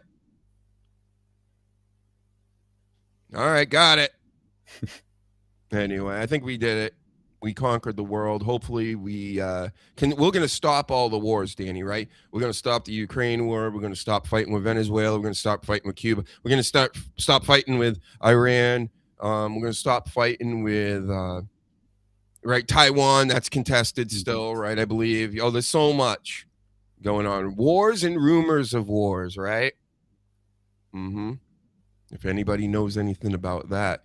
I think this is all fake. The whole end times prophecy business, like they're trying to make it happen. And they're trying to make it happen right now so that we don't know that they're eating and doing rituals and fucking kids. That's why they're doing all this right now. At the same And we spend a lot of money as well because, I mean, if the world's going to end tomorrow, we may as well spend all our money. Yep, big beautiful bill, right? Build back better. What's the fucking difference? It's all our money, so it's gone, right? But Doge, did you hear? We had an oversight committee, and then it was Doge, and now JD Vance came out the other day and was like, you know what? We're gonna do something about this fraud now, Danny. Yeah, is that what you're doing? This time it will work. Yeah. Got it. Yep, killed it. Best show on a Sunday, Monday, Tuesday, Wednesday, Thursday, Friday, Saturday. And thank you. Would you like to do your plugs, Danny? DannyDamage.co.uk or at Blunt Damage on Twitter. That's the go on. That'll do for me. It's and of getting course, late and cold and look at where Triple H is showing you. I also have a QR code. Nobody ever uses it. But that's where all the links are. The TikToks, the Rumbles, the Kicks, the Twitches, my music, Dr. HUGENSTEIN on YouTube. I mean, there's so much stuff. I got comic books. You can look at my collection on there.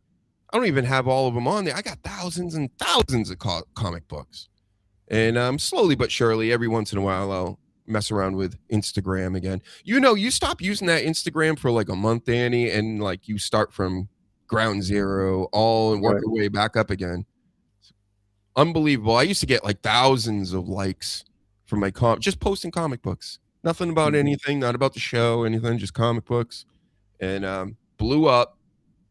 And now I'm starting over again because I took a day off, right? Yeah. Happens with YouTube as well, I think. You just need to be relentless. Yep. Everybody look at this and we'll go leave with good vibes, right? Thank you. Thank you, Saul Ruka, the new GOAT. And we need to bring back the store. We tried. I tried to do the store when I came back. They were screwing me and my people over. So I canceled that. I said I was going to get a new store going. All of this is coming soon, folks. Hopefully that's on my screen. And hopefully that's coming soon as well. Anyway, we will talk to everybody later again. Good game, chat. Good job, everybody. Keep watching. Keep subscribing. Keep telling everybody this show exists. Dirty Jersey Rat's going to be coming on again soon. There was many Dabbleverse celebrities at the show the other night for Stuttering John. Even our past guest here, Jim Grindle, he was there taking pictures. You know, they're celebrities. Anyway, more on this later. We'll talk to you most likely Tuesday night, Jess. Until then, check out all the clips and all the new stuff that I got on the Dr. Huge Show YouTube channel, like Trippin' Balls, episode 1. Talk to you guys later. GG's, Danny. Bye-bye. Good night. Bye.